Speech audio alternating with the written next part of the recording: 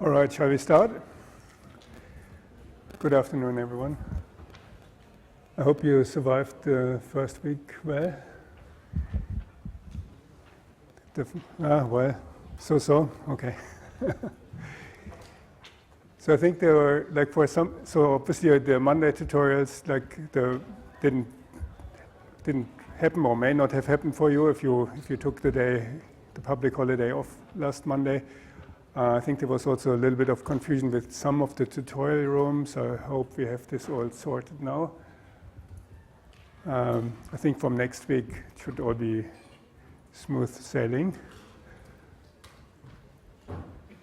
In the last week, so beyond the introduction that we did last week, we started talking about, well, the background of AI and then started with a bit of search. Today we are continuing to use search, and the topic, as you can see on the slide, is called planning. But before we go there, so we got some feedback from you directly or from you via our tutor. So this is great. Please keep providing feedback, because there were some. So somebody discovered some typos in the first week slides, so we fixed them. Just wanted to mention them in case you haven't seen this. Oh no, that's not the first week slides. Go back here.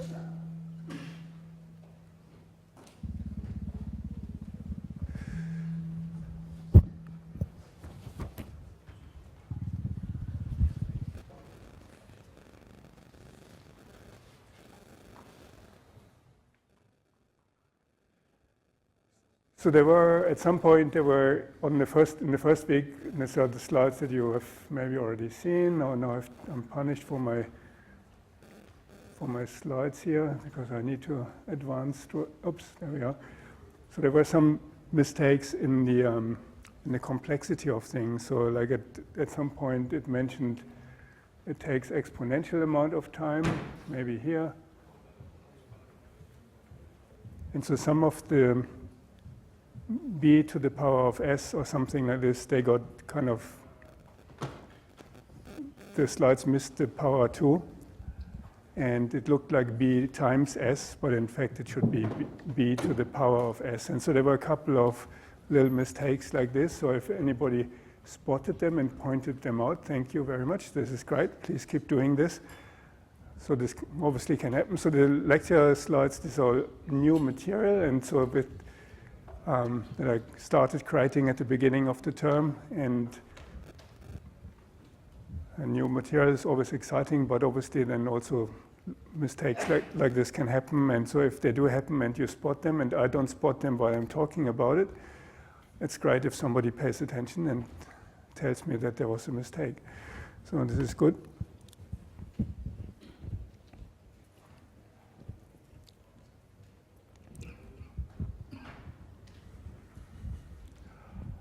And so this is the overview for this week. So like I said, I will try to show this every time we start a class. So just so that you know where we are. And in week 2, starting to talk about planning, we will release the assignment probably on the weekend. So it's ready. We're just going to get it checked so that hopefully there are no typos in the assignment then, and you have a couple of weeks to complete it and submit on the 6th of July. And so this assignment will be about week 1 and week 2. So what we have done last week and what we're going to do today, and not about other things. So the content, well, so we talk about planning today, like I said, and why maybe the search. So search is an important ingredient in AI. So we will use search in this week also, and search will also be like a part in, or can be also part in the next week topic or knowledge representation. So it's kind of essential, but it's not always enough. And so like we're now able to plan like a path from A to B, but that's maybe not all we want to do. And today we're talking about planning problems. And so planning problems are problems where we have something like an initial state, but also where we have a goal, and then we have actions that possibly help to achieve those goals. And the actions that we can take, or a robot can take, or like an agent can take in general, they have preconditions, so they are not always executable actions. They are only executable if preconditions are true. And actions ideally also have effects, because if they don't have effects, then there's no point in doing them. And then we talk about the different ways to represent those things. And again, our example will be something like a delivery robot. And also at the end of this week, we're not finished. So there's more weeks and more things to learn about AI. So there's obviously limits also of planning, and leading into the next week topic of knowledge representation. And again, this material is mainly, you can find this in this book that is part of the material, so the AI Modern Approach book.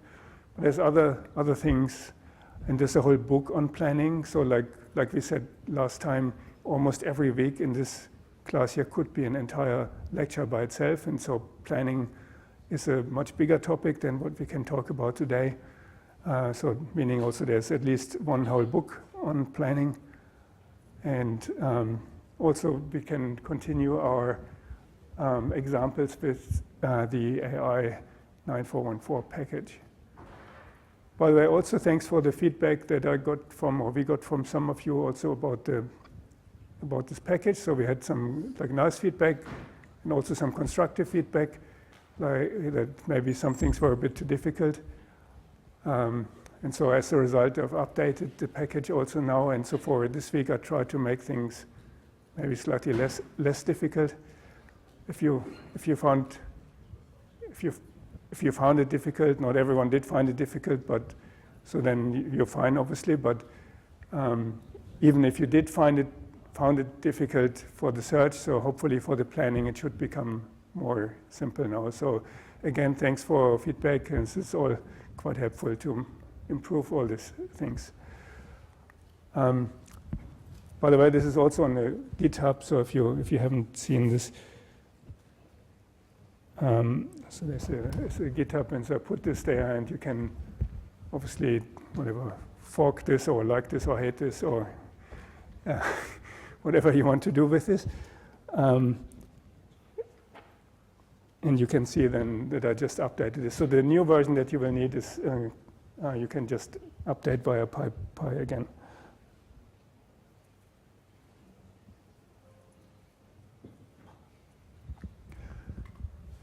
Like I mentioned, the core ideas for today are basically why this path search that we talked about last time is not enough for many of the tasks that we may want the robot to do or some agent to do. And so we'll talk about how is the planning problem defined, and how are the components, the ingredients of these planning problems defined. So what is an initial state, and what are goals, and what are actions, and so on. And so the specific kind of planning that we look at is called forward state space planning. And as you can imagine, if there's a whole book on planning, there's many different other kinds of planning, but this is the kind of planning that we're going to look at, because it nicely uses the search that we introduced in the last week. So it makes all sense to put this together in this way. The running example will be our office delivery robot. There's also other examples that I have that are maybe a bit, if you get bored of this one example, you can also use other examples. So this is about like a robot in a couple of rooms, and it has to deliver a parcel, and maybe there are some locked doors, and has to use a key to get into some of those rooms. And so then the question is, how does this thing follow or create a plan that follows from the facts about the world? And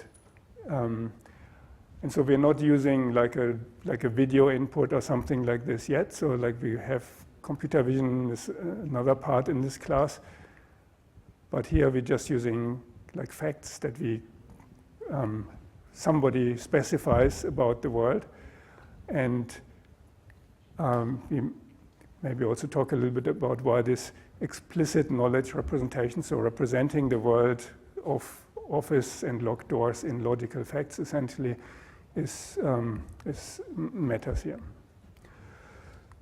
So in the search from last week, we basically had the assumption that we can describe the problem that we're trying to solve in a graph, right? So we put things into a state that matter for our problem, and so the state in this graph search was whatever you or the programmer puts into a node.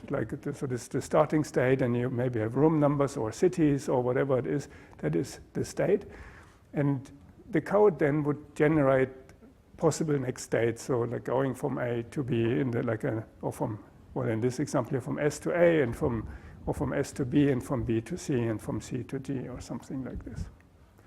And then whether or not you are at the goal, you test with your code, and then once you find the goal, then you have an answer, and the answer is then the path from start to the goal. And this works very nicely, as we have seen, when the graph is the right level of abstraction. So if you are just searching a path in a map, for example. But planning is not just about like going from A to B. So if you have to deliver a parcel and say maybe one of the doors is locked, then it's not enough to just plan the path from A to B. Then it's not enough to know, well, these are the steps that I need to take to get to the office, because if you can't get in there and the door is locked, then maybe you need to pick up something like a key card. You need to unlock the door. And then some robots can only, maybe they can only carry the thing that they have in the arm or in the hand. So maybe then you need to drop the key card, or maybe you can store the key card somewhere, or maybe you can carry two things at once. So that will then also determine what next action you need to execute. At some point you need to pick up the parcel, you need to drop the parcel also, and when you're at the right place. And obviously you want to avoid to attempt actions that actually don't work. So like you can't open or go through a door when the door is locked. So ideally you don't want the robot to drive through the locked door, right? So a route in this case is not enough, and so the shortest path may lead the robot through the locked door, and then picking up the parcel, like the hand of the arm of the gripper of the robot is maybe already full, so then you can't pick up something else. And so this means you need to pick up one action before the other action, and so this then needs kind of a plan in which order you want to do this. And the other problem is that at any point in time, a robot can do many different things. But the question, and so they're all possible, you could go left or right or whatever you want to do, but not all of these actions are actually necessary or even relevant or good actions. And so in this case, there's a problem. You have to kind of try out many different things, and you don't know necessarily which one is the best action. So to just keep this a bit interactive, so that, I know it's Friday afternoon, don't fall asleep. Just want to try something here.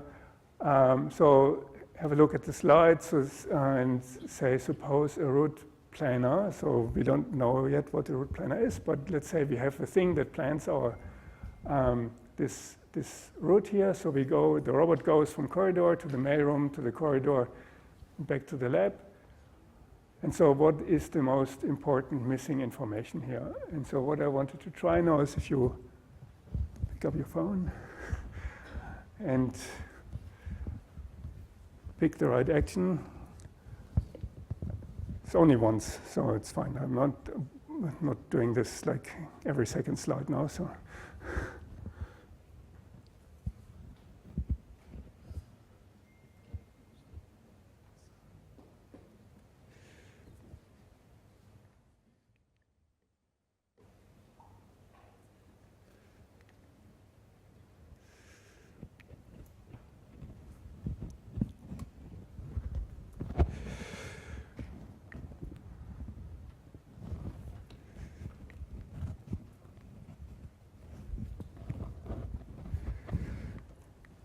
Okay, exciting. So this works.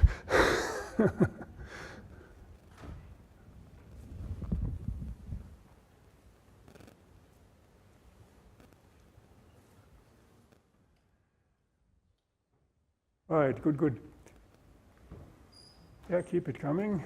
Think a little bit about it.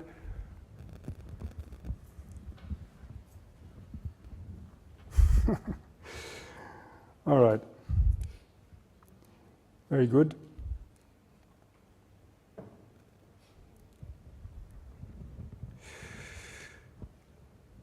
So the right answer here was whether or not the action is legal.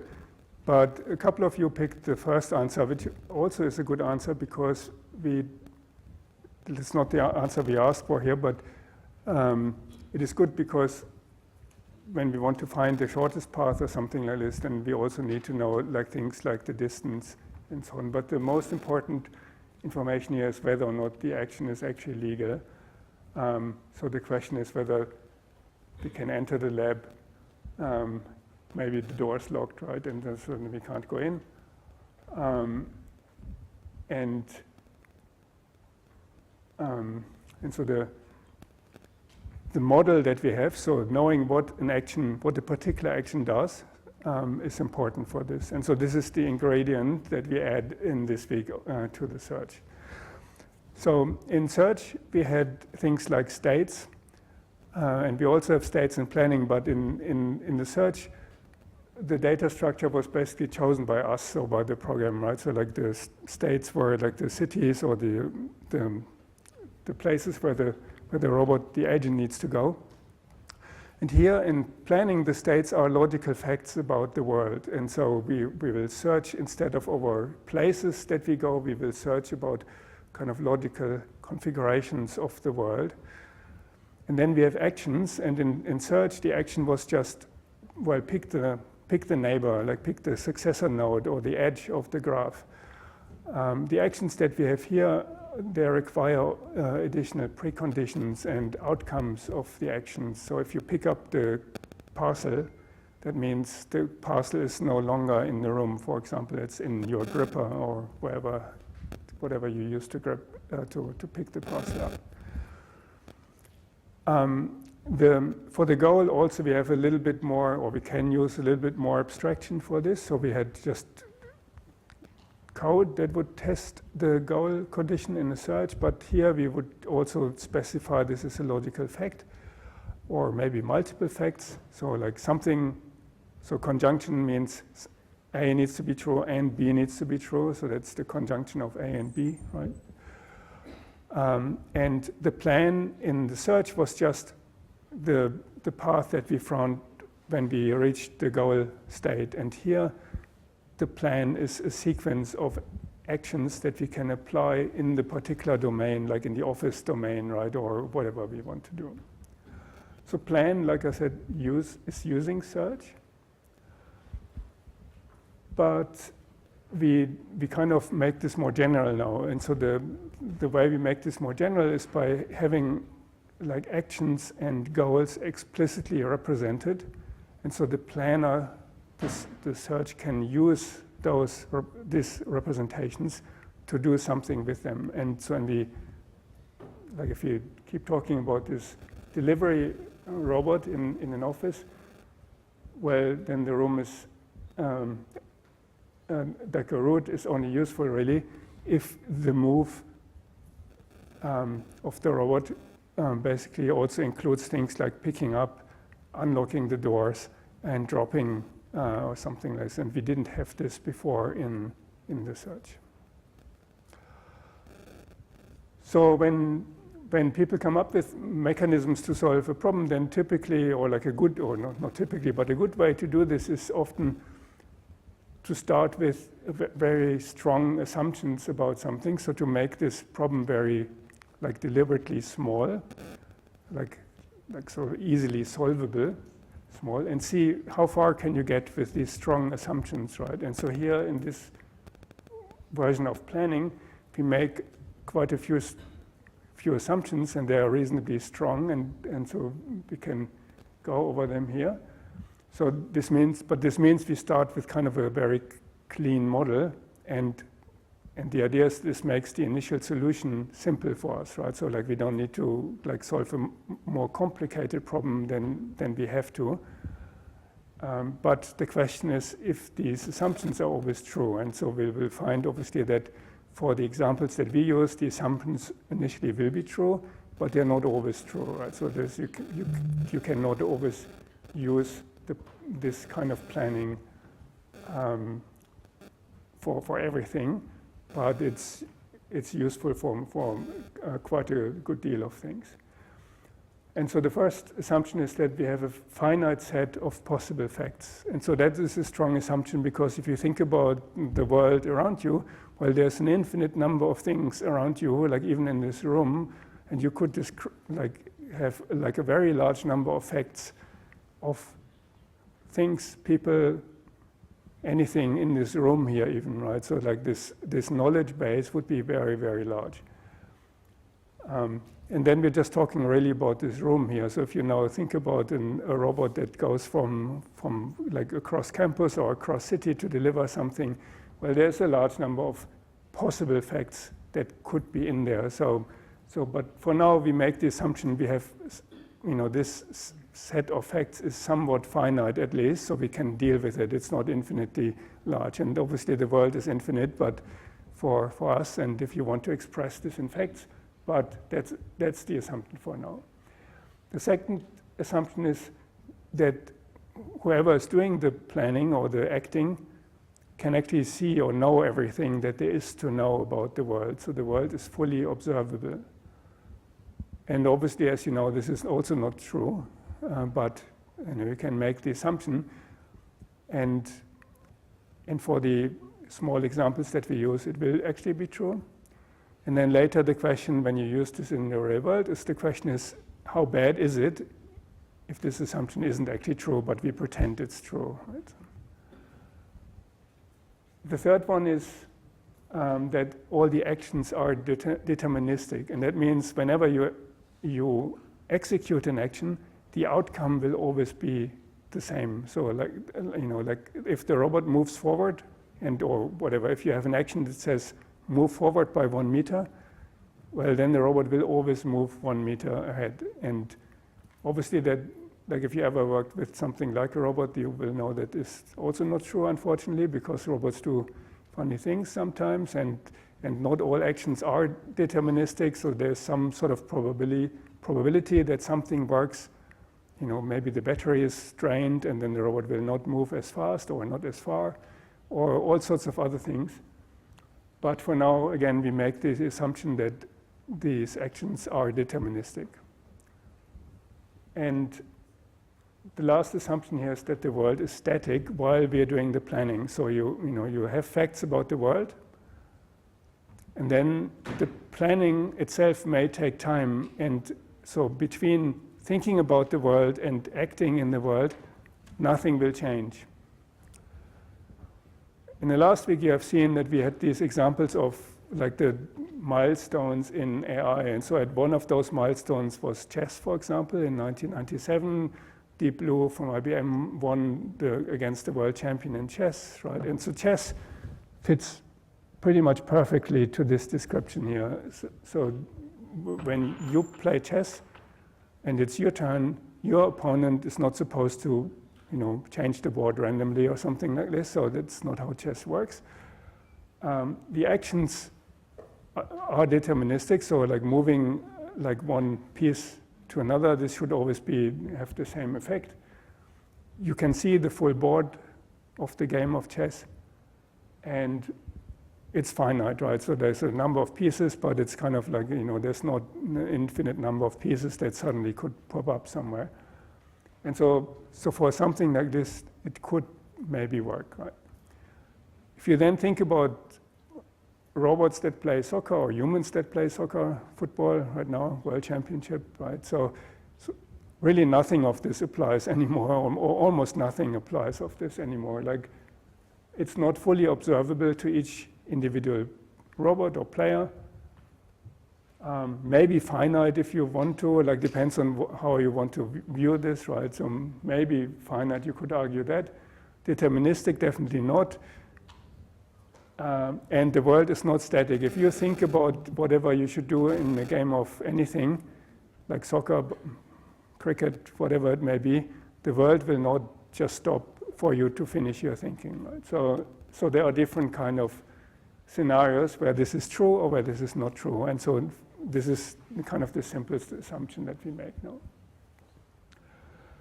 And so if we can make this assumption, then we can come up with a plan model that does something like this. So we have goals that we want to attain.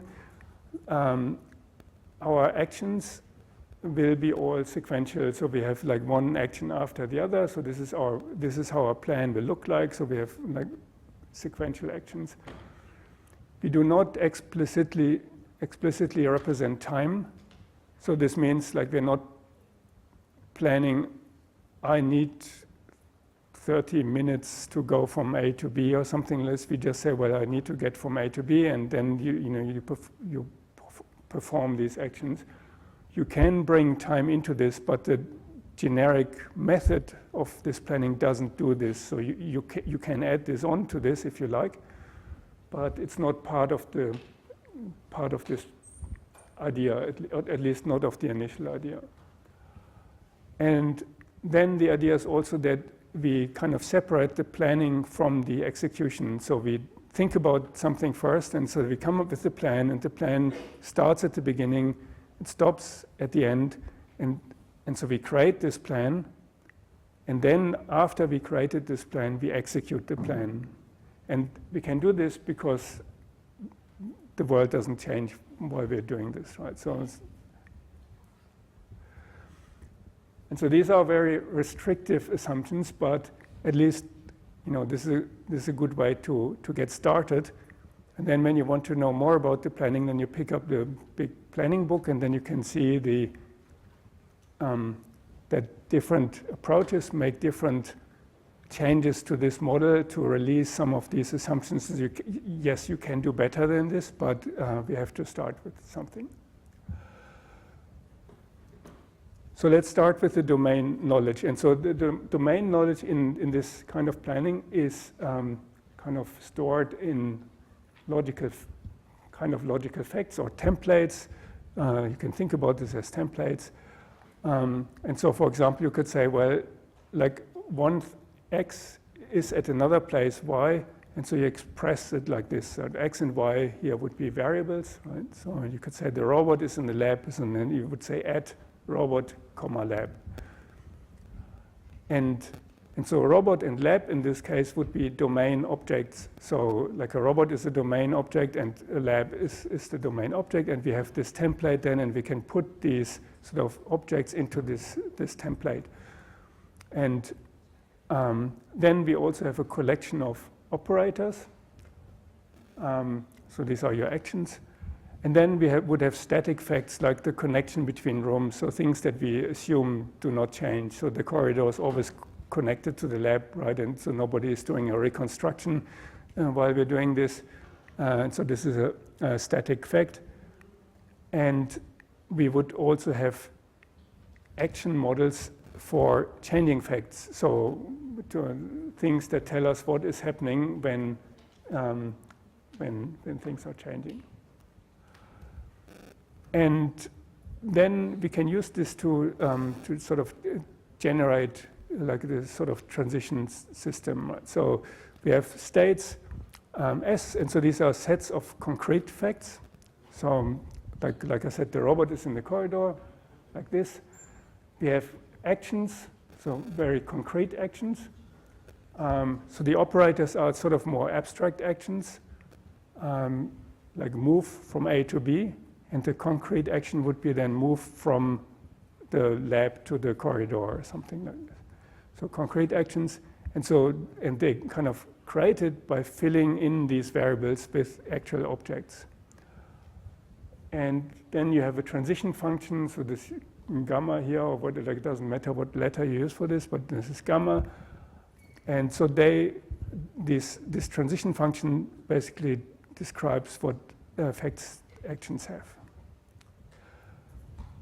So this way of filling in these variables, by the way, so like from at x, y to at robot, corridor, So in the next week, when we talk about knowledge, representation, and logic, so these sort of instances of these templates, in logic they're called then grounded facts. So when no variables are left anymore. And so, like, just to introduce the term already, but we're going to talk about this next week. And yeah, we do a search and so on, and we don't list the whole graph.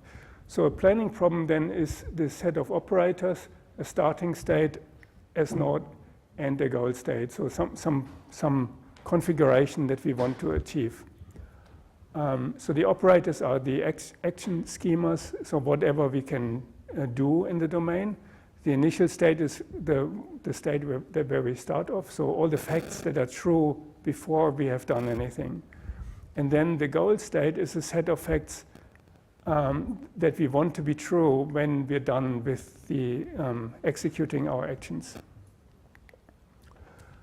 And then what the plan does is basically trying to convert our initial situation as node to the goal situation, G.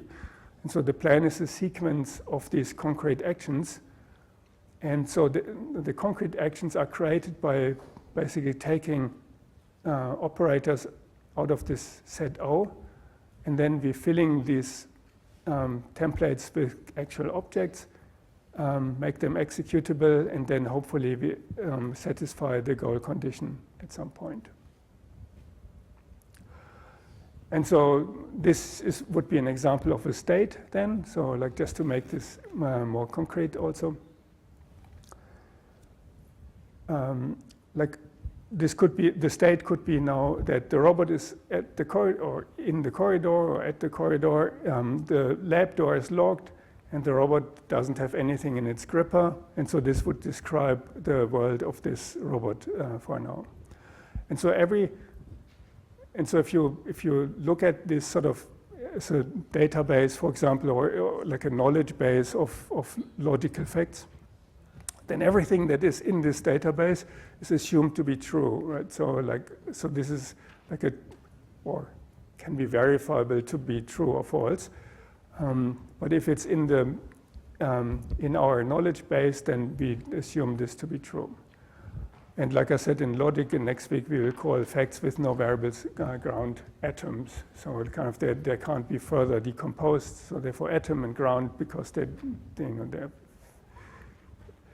we have what is called the closed world convention. And so this is connected to this initial assumption that we have a limited set of facts that we want to talk about. And so now the robot has some of those possible facts in its database, right? And everything that's in this knowledge base, in this database, are the facts that we believe are true right now, right? So everything that's listed in this knowledge base is true. So the robot is at the corridor and so on. But also it means facts that are not listed are assumed to be not true, or at least they can't be verified as true. And you could include also like something like the static facts, like that the rooms are connected to each other. And in fact, you would need to include this if you want your planner to reason about how to get from A to B.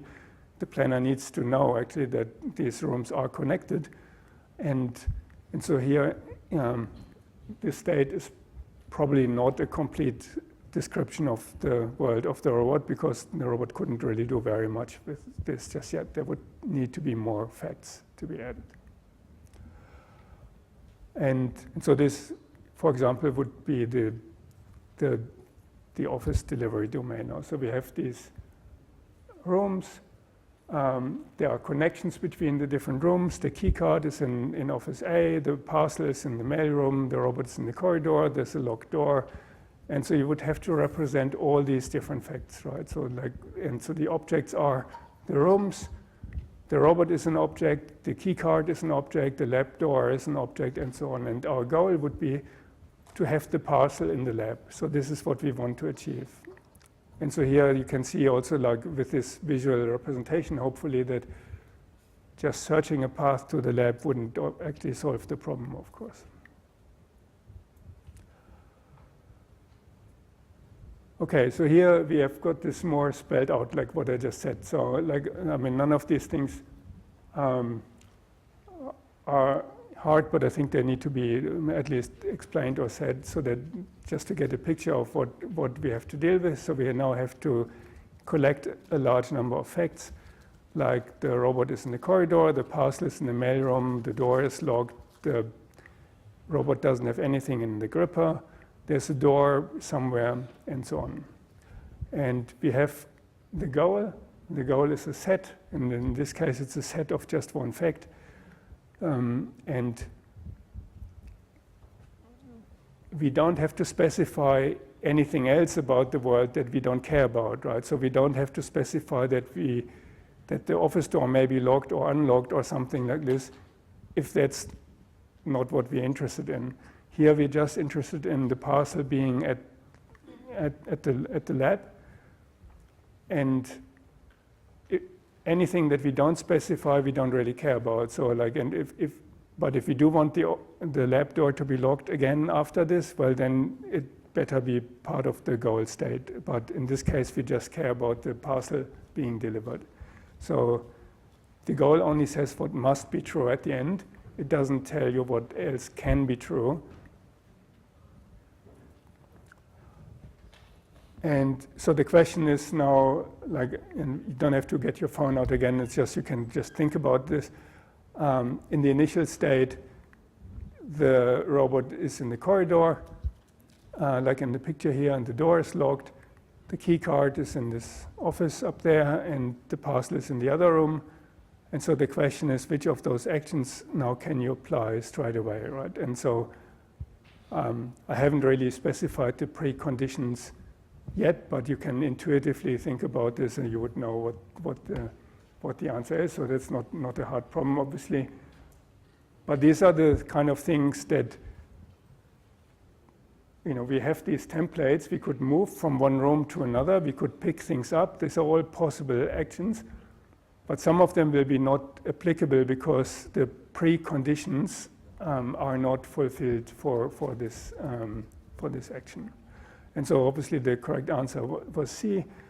The robot can move from the corridor to office A because it is currently at the corridor. So like this would have been one of the preconditions that I didn't specify on the slide before. And also these two rooms need to be connected. You can't go from office A to the lab straight away because there's no connection, for example. And all the other options, they fail because there's the precondition wasn't really true. Okay, so we had objects. So now let's look at the operators. So an operator would, like a schema of an operator would contain variables. So like in this case, R and from and to are variables, right? And so you could come up with something like a move of a robot or a thing from A to B. So this is how the action would look like. And so this would be a description of this, of many possible actions. You could fill in these slots with something. But then the concrete action would look something like this. So this is one action the robot could try in a particular state, but there may be many other options or many other actions that the robot could actually execute. But the preconditions need to be true, obviously. So an action would have a precondition. The facts, so preconditions are the facts that must be true for the action to be legal. Otherwise, the robot cannot execute this action. And if the precondition is not true, then this action cannot be executed. And the other thing about these actions is that an action, like I said, should have an effect. And that means it either adds something to the knowledge base to our knowledge base or the robot's knowledge base. So it will make new facts true that previously weren't true, or it makes them false when they previously were true. So this means we have to add positive effects, or we delete negative effects. So if you remember, like we said, the knowledge base of the robot contains just facts, and everything that's in this knowledge base is assumed to be true. So now if you want to make something true, well, you need to put this into the knowledge base. You need to add something to this knowledge base, so you add another fact to this knowledge base. But if you want to make something false, well, we assume everything that's not in the knowledge base is false. So if it's in there, then we have to remove it. And so this is like a negative effect of such an action.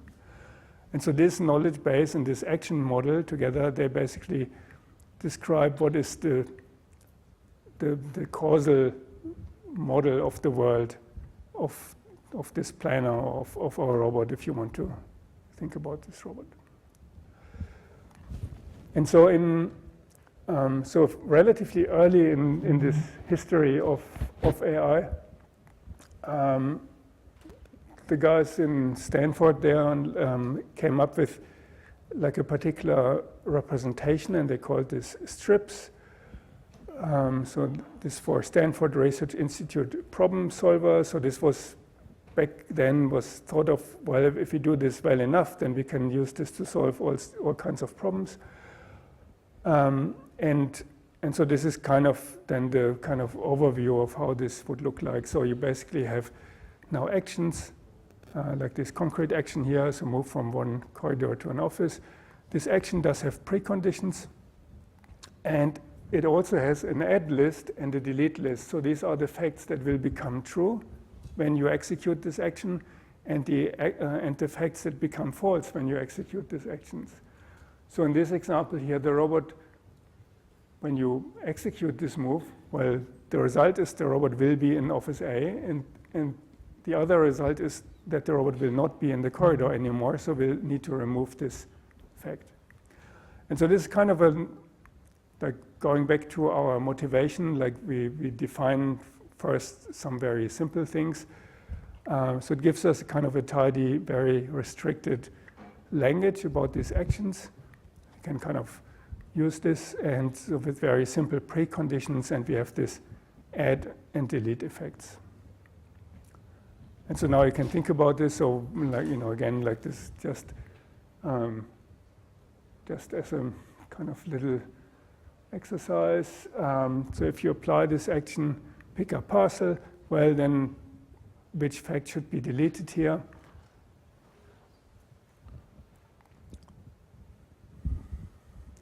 So the correct answer is B, right? So like when we pick up this parcel, the parcel, even though the robot is still in the same room, in the mail room, well, from the knowledge base, we would now remove that the parcel is in the mail room because the robot has taken it, but it's in the robot's hand, so the hand of the robot will not be empty anymore. The robot is still in the mail room, and the room and the doors and everything, nothing else has changed with this action. So a little bit later, somebody else came up with another way of describing this, and so I'm showing this because this is still being used in some way. I can show later like a way, or kind of an example where this is used, and it is called PDDL. It's kind of a planning language, so it's a standard text format. But for us, it does really do the same thing as the strips language. I kind of like the strips language for our purpose a little bit better, which is why I think we might be using this more. But PDDL is also used for more modern, more newer planners. So it's good to know this too. But for us, they specify really the same thing. It's just written a little bit differently. So they have actions also, they have parameters. And so in PDDL syntax, the idea is that you have this question mark in front of variables, which makes it a little bit easier to see what is a variable and what is a ground atom, right? You have preconditions in the same way, and you have facts that you add or that you delete. Looks a little bit different, but the principles are the same. So now we have the final ingredient, I think, at least, is the state transition rule. And so this means basically whenever you apply an action in a particular state, then this action will have preconditions like this delete list, and it does have this add list. And so like this is kind of just a mathematical way of writing up what is happening there. And I'm not quite sure what everyone's math background is here, whether or not you know like a little bit about sets. So that like just if you're confused about this symbol here, so this just means the union of two sets. So and like basically like it's the addition of elements to a set, right? And so this just says we remove the delete list elements from the set and we add this add list to the same set. If it's already in there, well, nothing changes.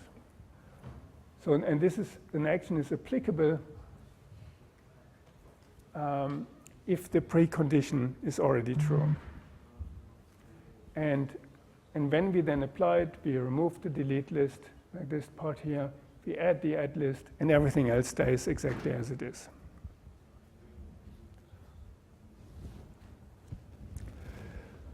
So for example, if we have this action to unlock the lab door, then, you know, then the action is the robot can unlock the lab door, whatever, with the key card and so on, and the doors between the corridor and the lab. Then it has a number of preconditions. So this means the robot, for example, needs to be at the corridor. It has to have the key card. The door needs to be locked, otherwise you can't unlock it. And there needs to be an actual door. And in this case here, we have two different facts that kind of represent the status of the door. So there's one fact that's called unlocked and another one that's called locked. Sometimes that's what you choose to do. You could also argue one of them would be enough, right? So you could say, well, if the door isn't locked and we remove this fact from the database, well, then we know it's not locked because locked isn't in there. But sometimes it's helpful to have kind of both, but then you also need to deal with both. And so sometimes this is done. But after this action, crossing from the corridor to the lab then would become applicable, right?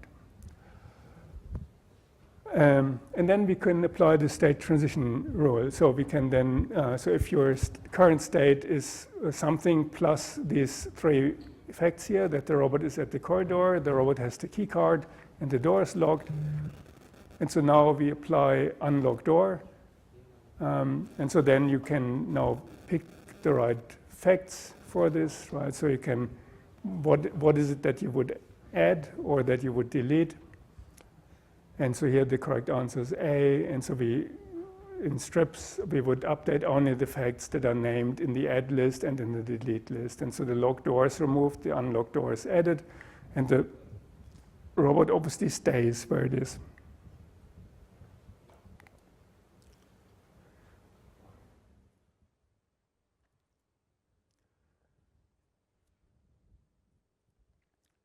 A little bit more examples. So these are kind of actions. So pick up key cards, had some preconditions like, and so in this case here, this R is meant to be a variable. And so wherever the robot is, but it has to be at the same place as the key card. So this R here and this R here. So the robot and the key card need to be at the same place. It doesn't matter what R is, but they need to be the same. And to pick something up, the hand, the arm of the robot needs to be empty, and then we can add this fact that we now have the key card, and we can delete the fact that the key card is at that location R, right? Same with the parcel. There's nothing really special about parcels.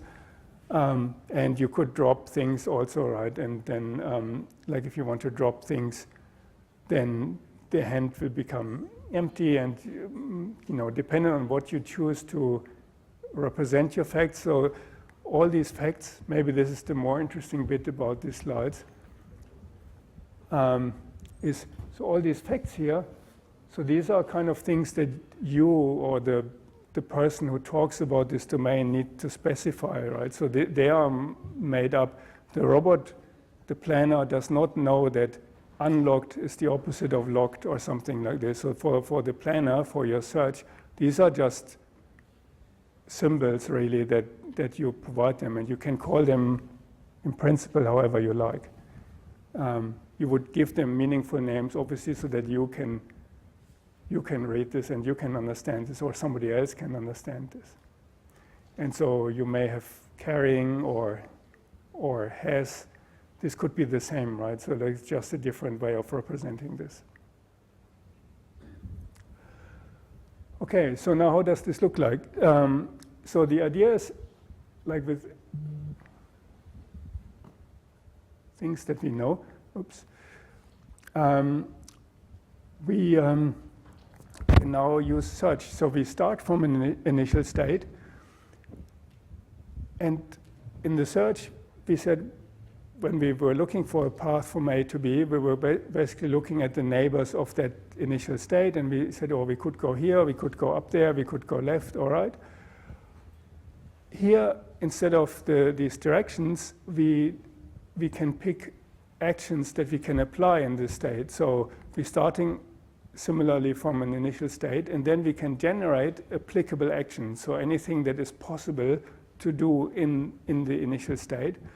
And then we can essentially try this out, like play this through in the planner's robot's memory, right? So like we apply these actions in our mind to get to the successor state. So if I move from A to B, well then the effect is that I will be at B, right? And so then this is maybe then the next state. If I pick up the key card, then I will end up in this state S2, because like here I didn't have the card. Now the action A2 maybe pick up the card, right? And so then the second state, or this state here, maybe I'm still at the same spot, but instead of just being at the same spot with an empty gripper, I now have the key card and I'm still there. And then you're in a new situation, and then you can search from this new situation what new actions are now possible with this action. And you would stop the search, like we did last week, when your state that you uncover satisfies the goal condition that we are interested in. And so the plan then is basically a search, like a path through the space of these different states of configurations, logical configurations that the robot can take.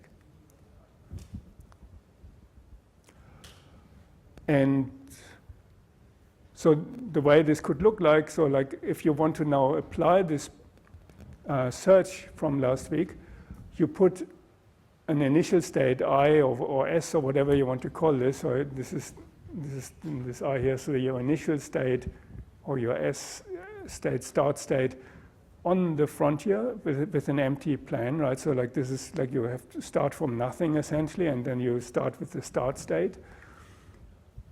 And then we used the exact same method that we used for search. So we basically pop off the next state from the stack.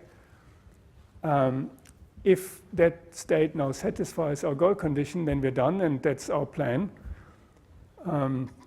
But if you're not done, then we have to look for possible actions that we can apply. And we can add all the possible actions that we can apply now to this and extend our plan. And now the last step here, like avoiding revisiting states that we have already seen, will become somewhat important, right? So like you could imagine, like the robot picks up the key card, then it drops the key card again, then it picks up the key card again. So this thing will be busy very long time without doing really anything useful. So you want to avoid this sort of thing to happen, of course. And this is maybe more difficult than it sounds also, because Obviously, picking things up and dropping them again, or like a repetitive do something and undo something action is still relatively easy to detect. But you could imagine that you have a cycle, like a larger cycle of actions where you go from one room to the other room, then go to another room, and then go back and still achieve nothing. So this needs to be avoided somehow. But the advantage of this breadth-first search that we looked at last week is that if all the actions have the same cost, then we already know from last week that we will find the shortest sequence to a goal, right? So this is one way to avoid loops. If we weren't doing depth-first search, then we may in fact end up, cycling around. But also, as we have seen with different searches in the last week, it does not mean that we're not looking at something completely irrelevant, right? So if your robot has like 20 different actions at every time, you could possibly search like 20 actions in the first state, and then and 20 then in every other state. And so this multiplies very quickly. So like you've got 400 in the second stage, and quite a few more if you have sufficient depth of your search tree. So you may still expand many irrelevant states, but at least there's a guarantee for simple problems, simple enough problems. So the kind of problems that we look at right now, at least for the exercises, you will find the solution for this.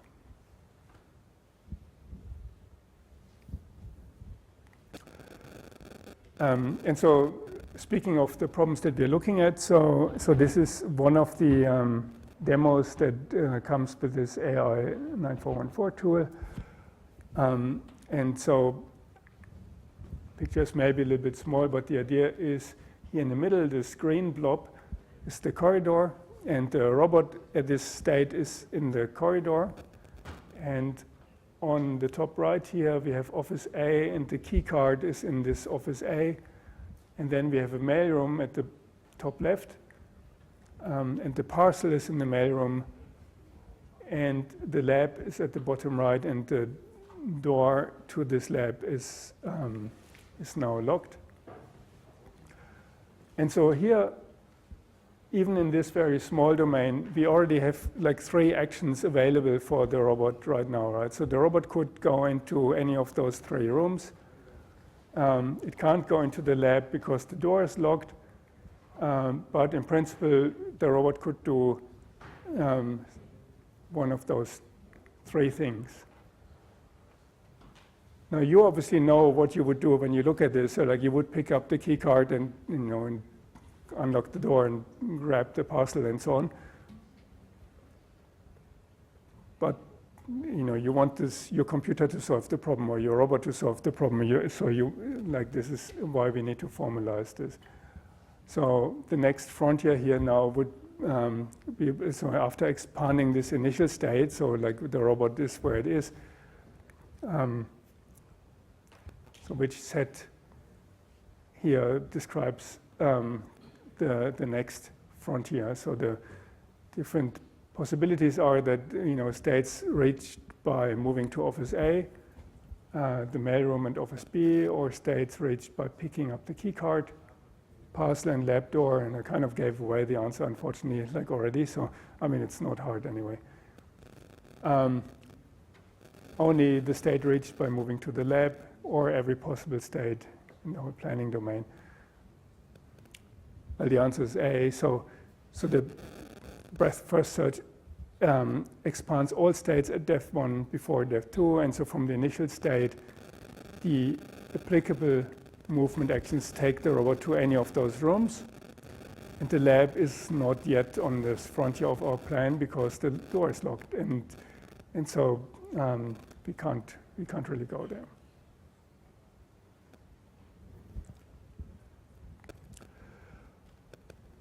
The root idea obviously fails, like we said now a couple of times, so we can't just find the path from the corridor to the lab. The door is locked. The unlocking requires the key card, picking up the parcel removes the hand empty. And so depending on what, we haven't really seen the specification there yet, but it could be that the robot can only pick up one thing, right? And so then if you pick up the parcel first, then you can't pick up the key card anymore. And so then you have a problem. And so getting the key card first would avoid this. And so this may be one of the possible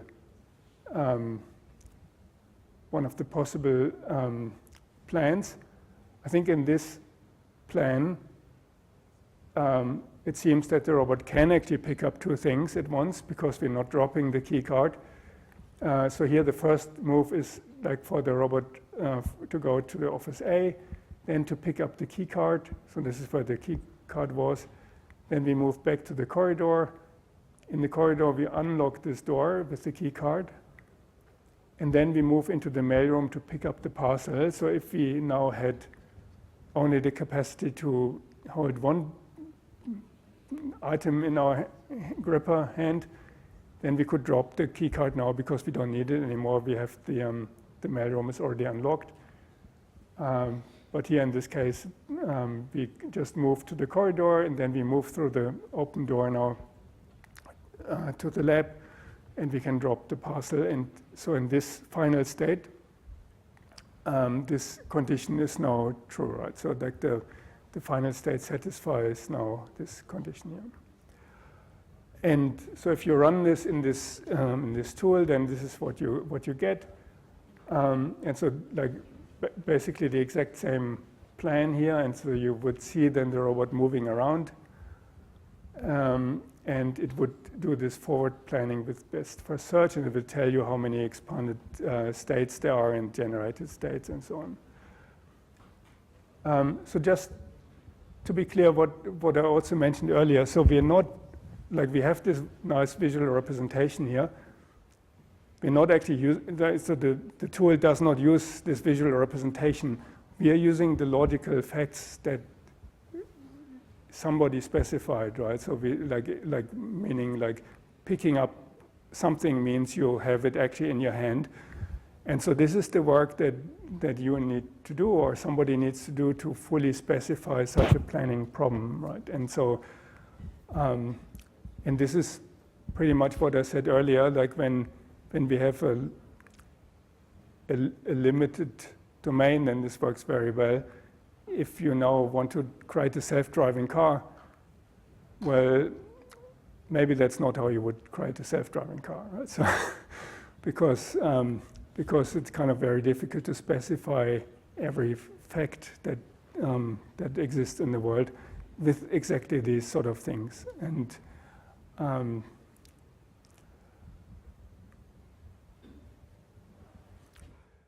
this is also kind of maybe what I said earlier in the last week about this development of AI, right? So this was started very early in this history of AI, like a long time before people had home computers or computers at home, and definitely no phones at home, or like no mobile phones anyway. So this was seen as, okay, we can do this now, we can solve now a couple of problems.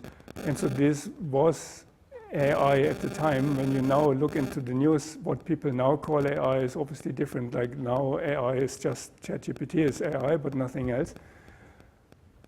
So this is part of the discipline of AI, but it kind of, the trap is here that, like what I think I mentioned, is that when something starts to work or becomes kind of understood, then people don't want to call it AI anymore because, you know, like, or finding this is not really, is this really intelligent, right? So like it's not, I mean, it's just, yeah, it's moving the robot in a nice way and it kind of does the job. We don't need to program every step by hand, but some people don't want to call it AI anymore because I understand how it works, right? And so therefore things that we understand how they work, they're kind of not really AI anymore. I kind of disagree. It's part of the field of AI, right? So like AI it's just maybe not the best name that they invented when they started this field.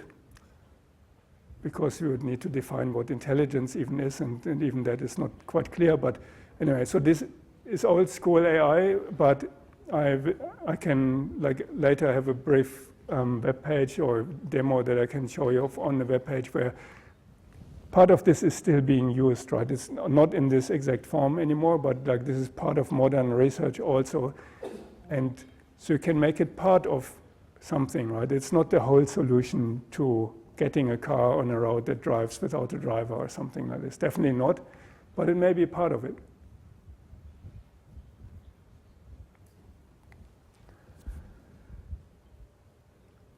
And I guess the goal of this course or of this term is to kind of, as you then become an AI expert at some point, to have this sort of overview, like what is it that encompasses AI as a whole, right? So it's not like if you see people talking on TV, for them it's only ChatGPT is everything AI and nothing else, but you know better than that at the end of this term at least. So.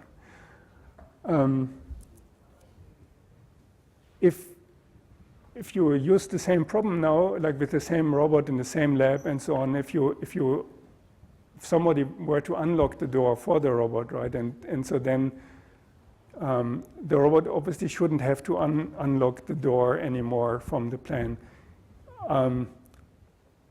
Picking up the key card is still a valid action, right? So like if you had to pick one,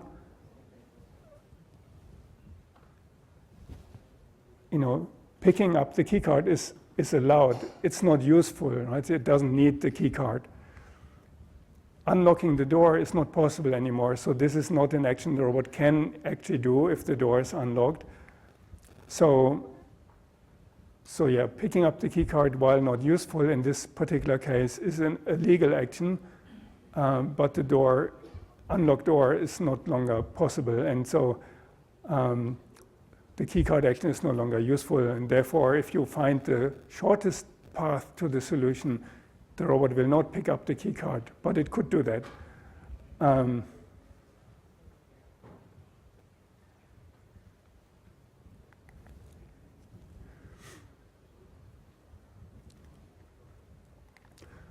So now, like I said, we possibly search over many, many different possible actions. So like any real robot, or even our robot here, like this very simple robot, has many options.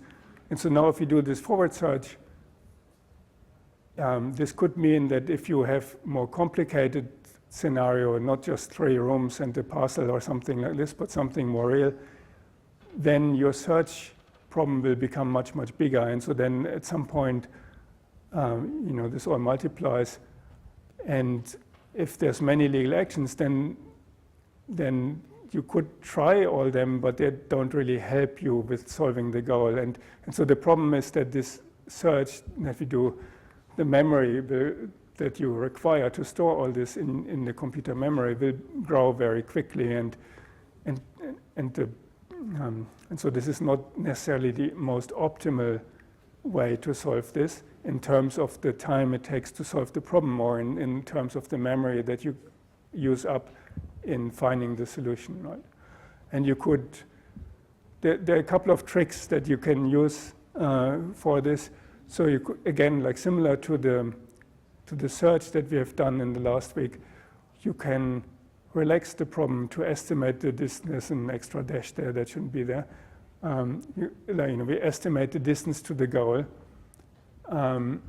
And so therefore we're trying to find the actions that are more likely to be helpful for what we want to achieve, and we ignore some of the actions that are maybe less likely to be helpful as a heuristics, like as a guess.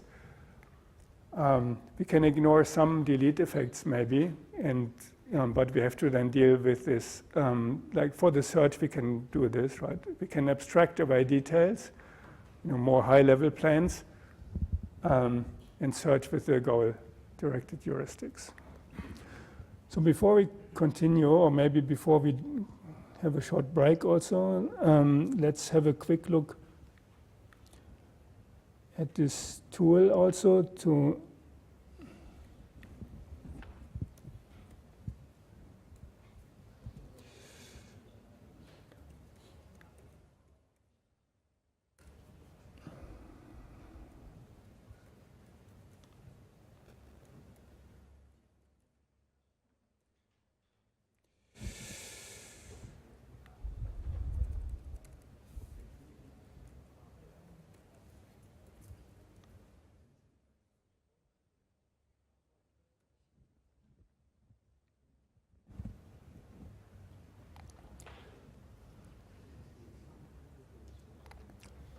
So this is how this looks like for this week. So you can see in the right-hand side here's the same example that we just had. I can leave this running maybe. But so here's where the current state is described, right? And this changes as the robot moves. Then you can, so here the robot distinguishes between whether it has the key card. So it seems to have an extra pocket for the key card, right? And it's not carrying the key card, it's only carrying the parcel. So it can actually, excuse me, can carry two things. But there's also a longer description of which rooms are all connected, right? And you can already see that for the complete description here, for these few rooms, there's quite a few facts that we needed to collect to describe this. And like I said, the words that we use there, connected or unlocked or something like this, these are words that the programmer makes up. And so you would know, obviously, when you see that the office A is connected to the corridor, for example, that means you can go in either direction, right? So you can go from the corridor to the office, and you can go from the office to the corridor. You don't even think about this, right? So you would have assumed that this is possible. But for the planner here, we need to specify both directions. Like if we check, is the office connected to the corridor? Well, we also need the corridor connected to the office. So this is why this the number of facts there seems to be a little bit large. So the words, they have meaning for us, but they're just really logical facts without the, without the connection to the real world for the planner. So for us, this means something. For the planner, it's just a word, and so it does need that. And then what you see here at the, once you run this, so we now have this 9-step plan, and so the robot went through the plan, and this here is basically the same. So there's a couple of different scenarios. You can change the room here if you like, or you can put the key card into another room, or here's the unlocked lab scenario, right? So like this is now the lab door is open, and you can run this again, and then you can see that we don't even bother to go to this other room anymore, so that we found the shortest path to deliver the parcel now.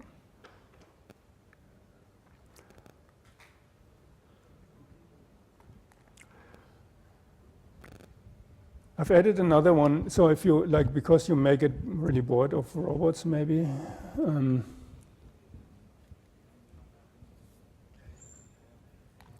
So another very common example for this is called Block's World.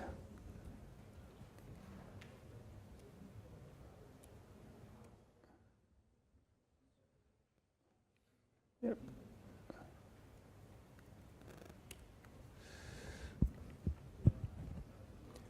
And so the idea here is just to stack different objects. And so this is not the most interesting one. But in this example, there's also one. It's called the Towers of Hanoi.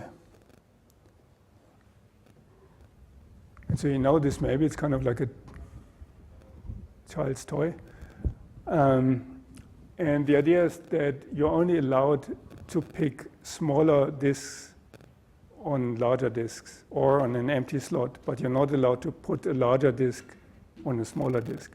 And the goal is now to move all the disks from the left peg here to the right peg, but you only have the middle peg and the right peg available, right? And so your planner, like it's the same planner that you would use for the office delivery problem. You could use the exact same planner, just with different facts, and then you can let that planner solve the problem, right? And so then this is then basically the solution to this problem of how you transport the disk without stacking bigger disk on smaller disk from one peg to the other peg, right? And so same planner solving the problem.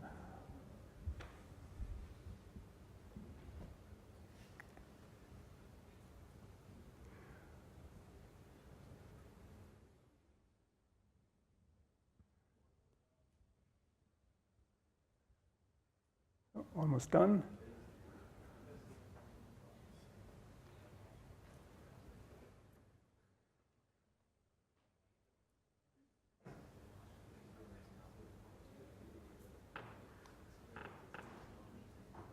Done. Okay, so now what you see is that this plan becomes slightly long. There are not too many actions even available, but there's obviously a number of objects that we have to move, so this plan becomes slightly long. Anyway, so this is the tool that you will get to play around with in the next tutorials. I think maybe now is a good time to have a short break, I guess, and so then maybe for 10-ish minutes or so, and then we'll resume back in 10 minutes or shortly after 5:30. And we continue with the rest of the session then.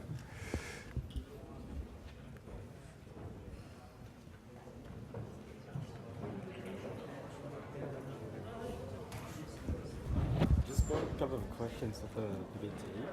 The first one is about page 7. So you mentioned that we only care about the goals, right, of minor goals. What about if I have sub-goals? If the story is like just go to here and then press the, just put or leave the presser and then get the sign form and then get it back. So that is like 2 goals basically. Yeah. Okay. Great question. Maybe I'll answer this in the class then. Yeah. Sure. And another one is 27. So it's like the this one, the precondition should be the subset of the actions, or should be the subset of the whole states. And is it be possible, like if I just said some or union all of the precondition number equals to the whole states or initial states? Yeah, if it equals it, then if it equals this, then it's true, obviously. But if it's a subset, it's already good enough, I think. If I understood the question correctly. Yeah, so there might be some of the like the saying that this not belongs to the precondition, that is belongs to the states. Is that right? That's why it's a subset. Yeah, exactly. Yeah. So if it's already true or something. Yeah. Sure, that would be good. And also another question is about this one. So what's the meaning of this and variables? It's like it can change, or it just said blankets that can wrap that sign. Yeah. So you mean the R here? Yeah, the R. Yeah. So it means basically it doesn't matter where the robot is, but it should be at the same place as the key card, right? So like R could be room A or room B or something like that. So ignore the ring.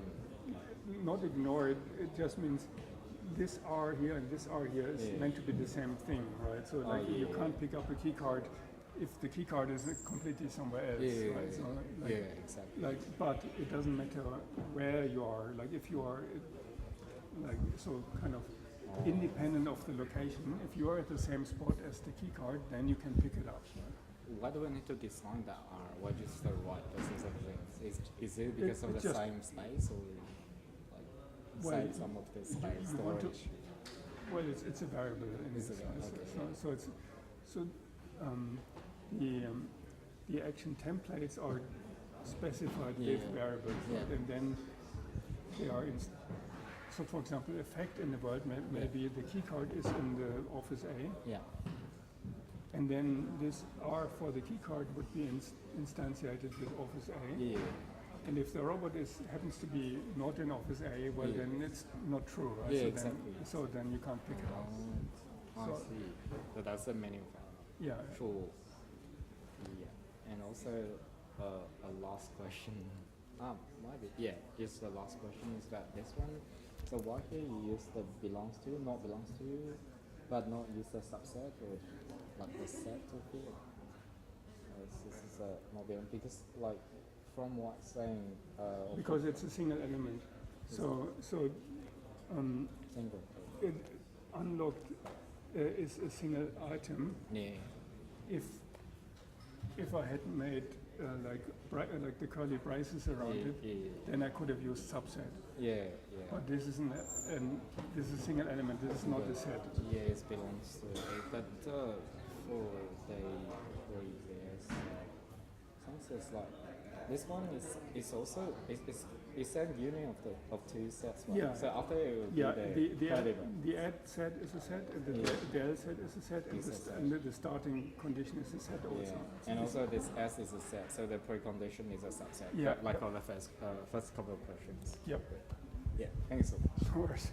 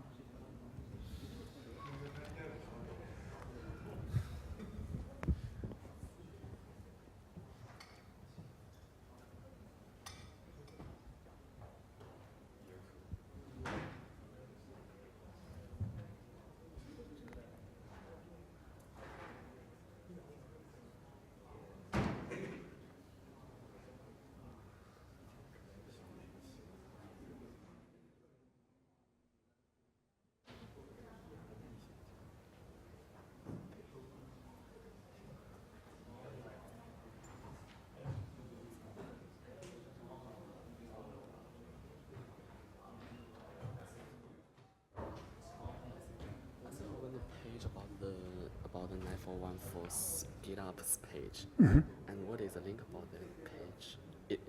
Can I have the link? Yeah, sure. See findings in the course page or the slides? No, it wasn't in.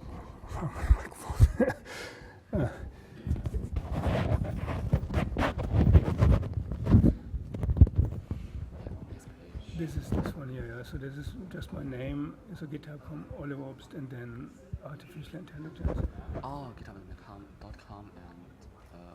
But I can post it also I forgot it. I didn't think anybody would want to look at the GitHub, but then in the first week, so I haven't put it in. But now I've seen last week already somebody found it, and so this is why I mentioned it. But I didn't realize I hadn't posted the link.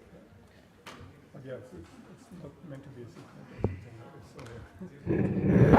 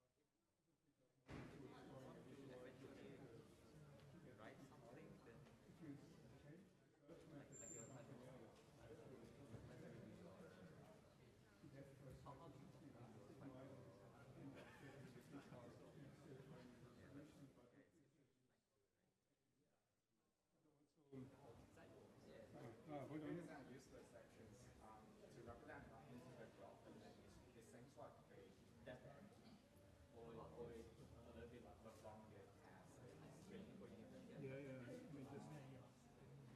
but also, try this again.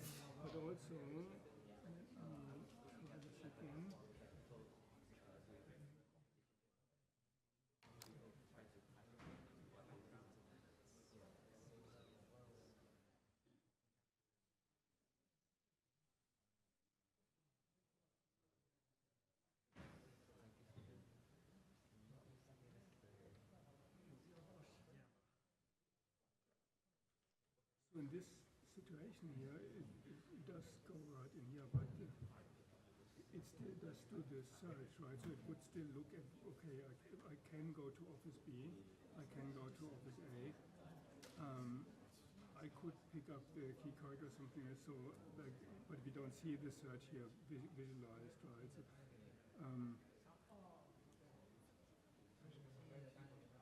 yeah. If I go to Office B, then it's a detour that I understand. But if I go to Office A, and then that's one step, and then I need to pick up the key card at the side step. But it's like, for this one, it's to just go pick, and then this remaining is actually, maybe it's like 4 or 5 actions. But this one is at least 6 or 7.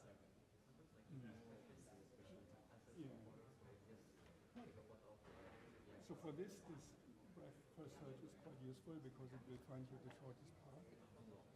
But if your search plan becomes really long, right, and you have many different actions, well, then you don't know which one is correct. So then you may try them out and do the running time to actually get to the plan that you see will possibly quite long. Also being technical.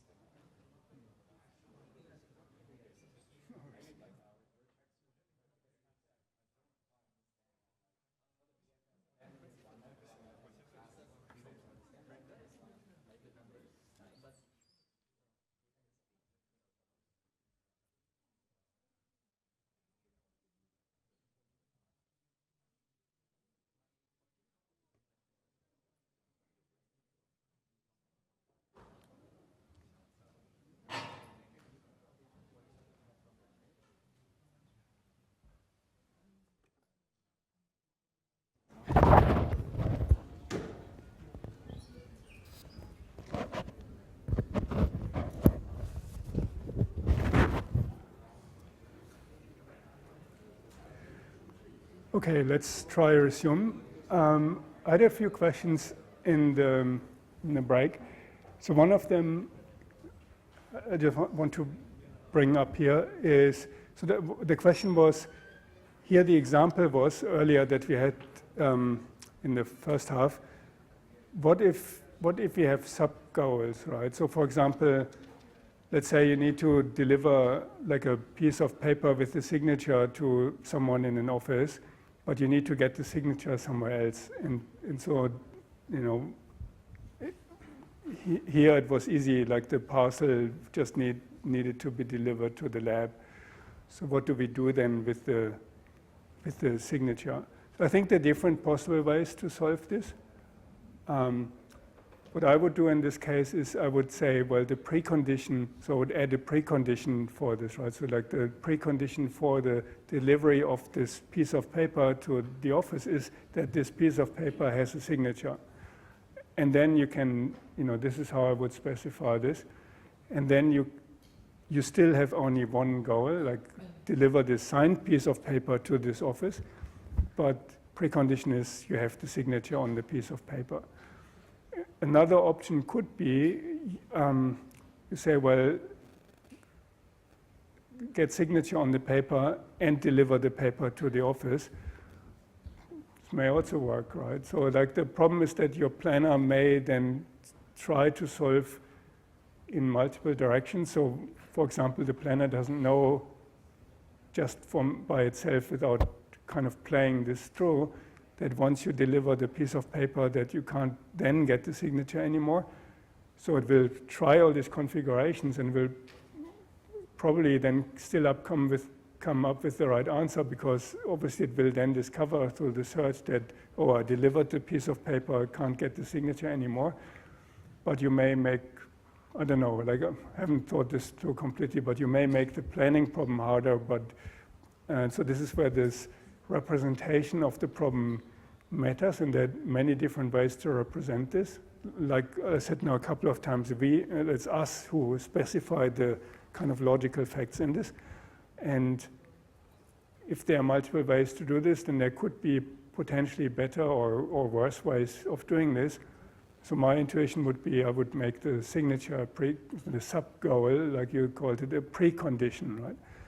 But there are other planning methods that deal with more complicated sub-goals. So it's not a silly question, because sometimes you can divide like a plan of actions into many useful sub-goals, right? I want to win the game of soccer, and therefore I need to, divide the strategy into many different little goals. I need to get the ball first, but I can't keep the ball. Like if I want to win the game of soccer, I need to score also at some point.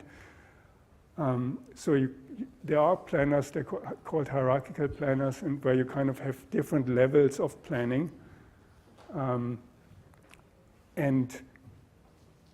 the idea is that you then break down this complexity. So like you've seen this Hanoi Towers example, that the plan, even for this relatively simple thing, had 60-something steps, so it can become reasonably long. If you want to specify or plan something that is complicated, it may be helpful to have kind of a high-level plan with few steps. And then for every one of those few steps, you then start like a lower-level plan that does the sort of more detailed planning. And so this is called hierarchical planning. And there are many different instances of this, so that's a great question, because like here we're dealing with relatively simple examples, and also getting the signature and delivering is still a simple example. But like if you want to do real planning for really complex things, then you kind of need to think about this complexity, and sub-goals is one of them, one of the ways to solve this. So good question.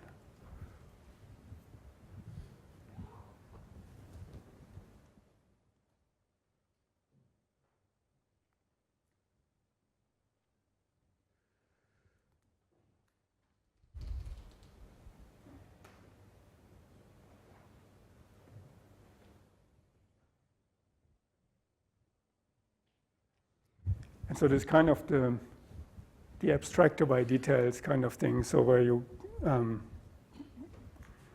have maybe multiple levels of planning in your bigger problems.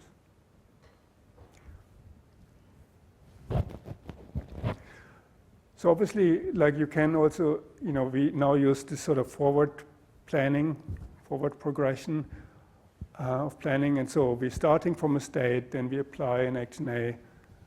And this action then has an effect, and then we would test the goal. Right? Are we there yet? And so, like we just said, so this sometimes can have the problem that we kind of have this huge branching factor. So we kind of branch out into 20 actions in the first step, and then 400 in the second step, and then 8,000 in the whatever, and so on. So these things can become fairly large, and you could obviously flip this also, right? So you could do something like backward regression. So you could start from the end, and so sometimes this is how we do things also, right? So like you can say, well, if I want to be a computer scientist, whatever, in some year, well, then, I better enroll in university or then I need to, submit my thesis at some point. To submit the thesis, yada, yada, yada, you go back, right, and to right where you are. And so there's sometimes also a good way of planning. At least it's good for humans, or when you work with other people also, because sometimes people have lots of ideas, like when you work with creative people also, like you have they have lots of ideas, and their branching factor is enormous because everyone has this wonderful idea, and you know, you go left and right, but you don't actually get anywhere closer to the goal. And so even for humans, it's sometimes a good idea to start with the end inside and plan backwards from there. And so you could do this here also, right? So you could start with the goal and say, well, what if I applied this action A, what would have been the situation before reaching the goal? And so start with the goal and ask which actions then can make this goal true. And so for the office example, if you want the parcel to be at the lab, then obviously the last relevant action for the robot is, well, the robot has to drop the parcel in the lab. Right? And so, and then you know, well, if the robot has to drop the parcel, well, it probably should be carrying the parcel and so on, and it has to be at the lab also. And so you can do this backwards from there.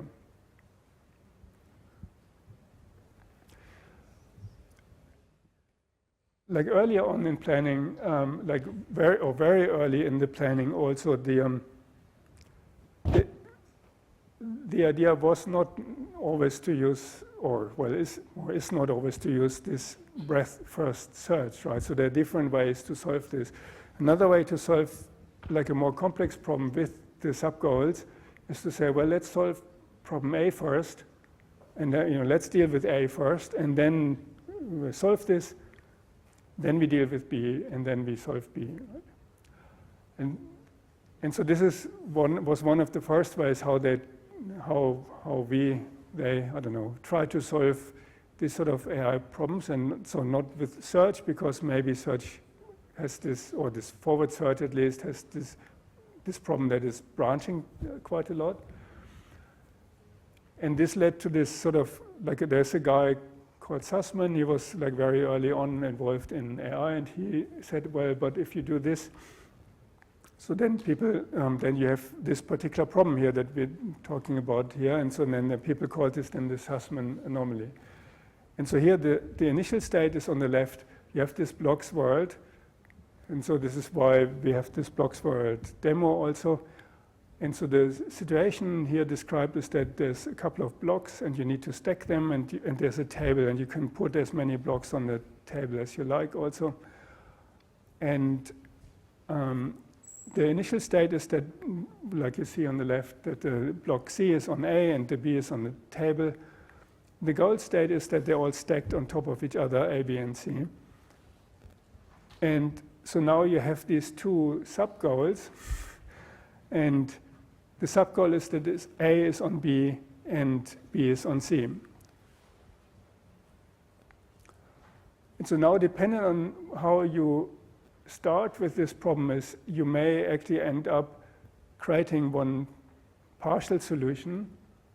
For example, that you could now put B on C, right? So like on the left-hand side, you take block B and put it on C, and then you have the stack of A, C, and B.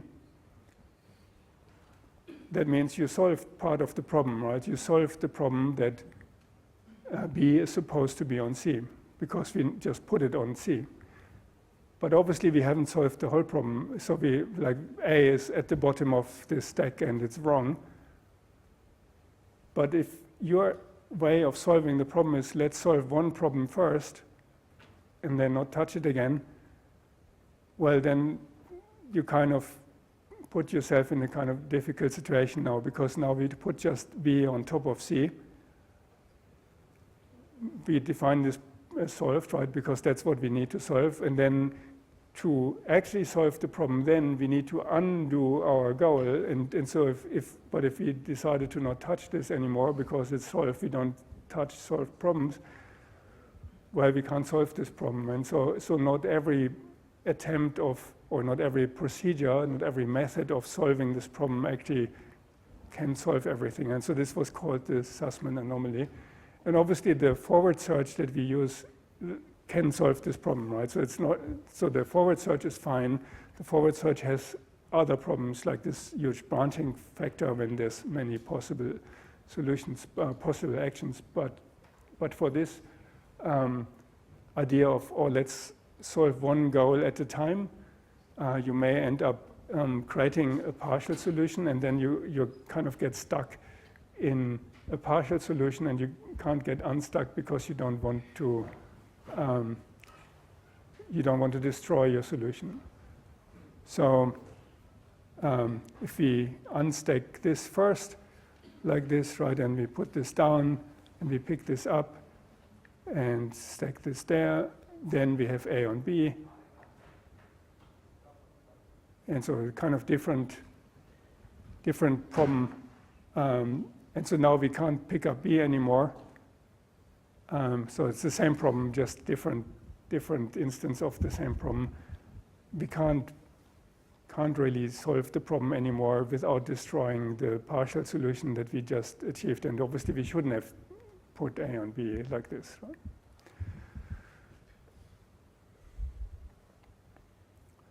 So to put B on C, the planner needs that B is clear. And so this just describes the same problem or what I just said. So A on B is true, clear, B is false. We have to destroy our partial solution. And you kind of need to interleave this. So like it's like intuitively, or I mean, obviously if you had to solve the task, then this is easy to do, but it depends really on your implementation. And this Sussman anomaly is not important because people are interested in stacking 3 blocks on top of each other, but because obviously, and so this is why I liked your question also with the signature. So in the real world also there are sometimes situations when you need to solve one thing first, and then you may need to undo something if you do it in the wrong order. And therefore you need to kind of interleave sort of this achieving these goals a little bit when the goals are not independent, right? And so the planner has to reason over the whole state and the whole goal set, which makes the problem a little bit more complicated.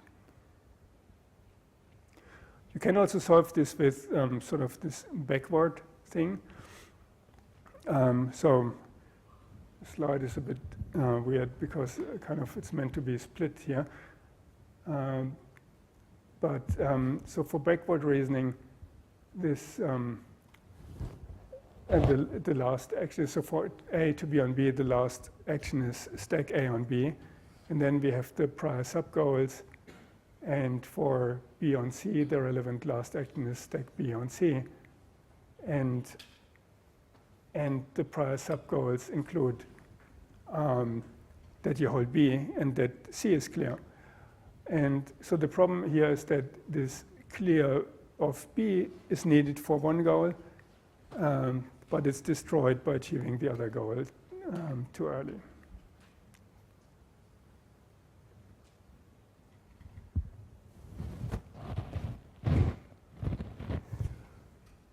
Okay, so like we said at the beginning, there's things that can go wrong with classical planning. So, for example, the initial state may be incomplete, so the description may be incomplete or may be even wrong. An action may also have preconditions that you didn't think about, so you didn't really put the relevant information in, and so now you forgot about it, right? And so then this makes things difficult or go wrong.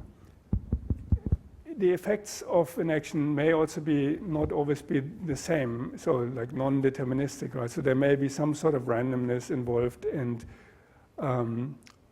even though most of the time it works, so, maybe like I mentioned, the battery of the robot, if the battery is low or something like this, and you didn't think about the effect of this, then the robot will behave differently, and then your plan is right for the right conditions, but the conditions aren't right, and the effects aren't what you expect them to be. The big thing is that obviously there are usually other agents in the world, so there's always things that happen that you didn't model.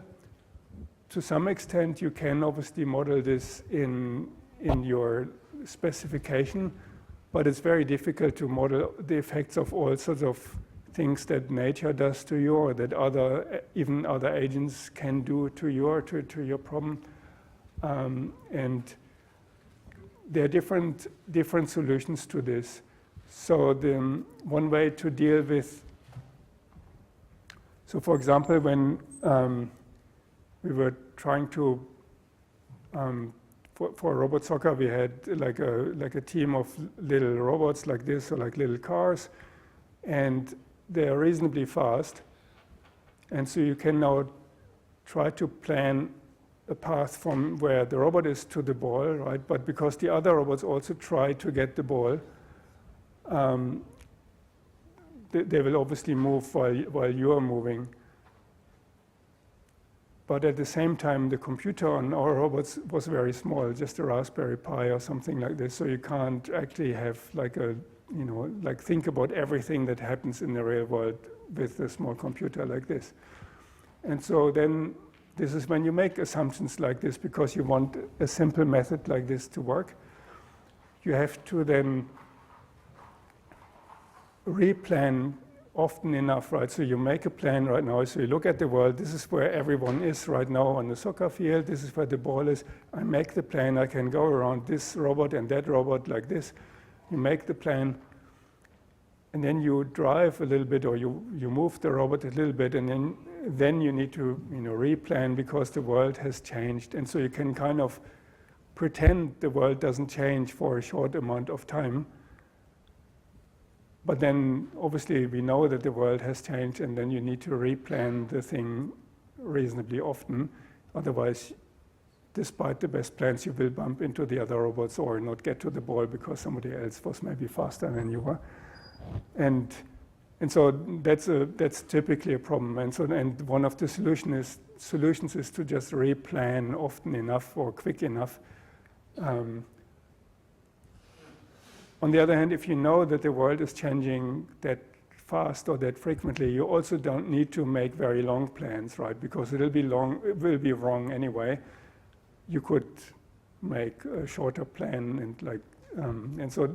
But these are problems that you need to then try out and kind of play with the environment and see what works and what the resources are, obviously. So if you have just a small computer and a fast robot, that's an interesting combination, obviously. So the obvious example here is that the key card is not where it's meant to be, or that maybe the hardware doesn't really work, the door reader is offline, or there's power out or something like this.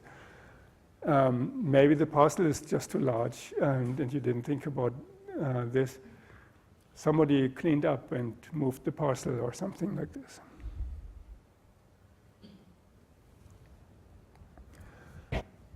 The other problem, so one of the other problems that we also talked about is that, so where things are, sometimes a bit optimistic, is that we think we can specify everything that we know should be happening in the world, but it's not really possible to do this. So every condition can usually not be listed for an action to work. So even for simple things like unlocking the door, like if the power is out, of the key card suddenly became invalid because somebody lost access.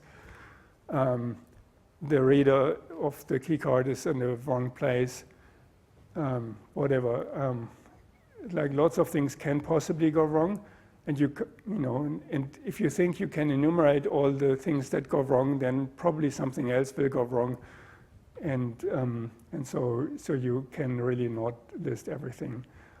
That doesn't mean planning is bad or it never works. It's just, it's a model, but every model, so there's this famous statistician who said all models are wrong, but some are useful, and so like you have to make it good enough to be useful, you don't have to make it perfect. Right? The plan will only be reliable, obviously, if the knowledge is somewhat accurate.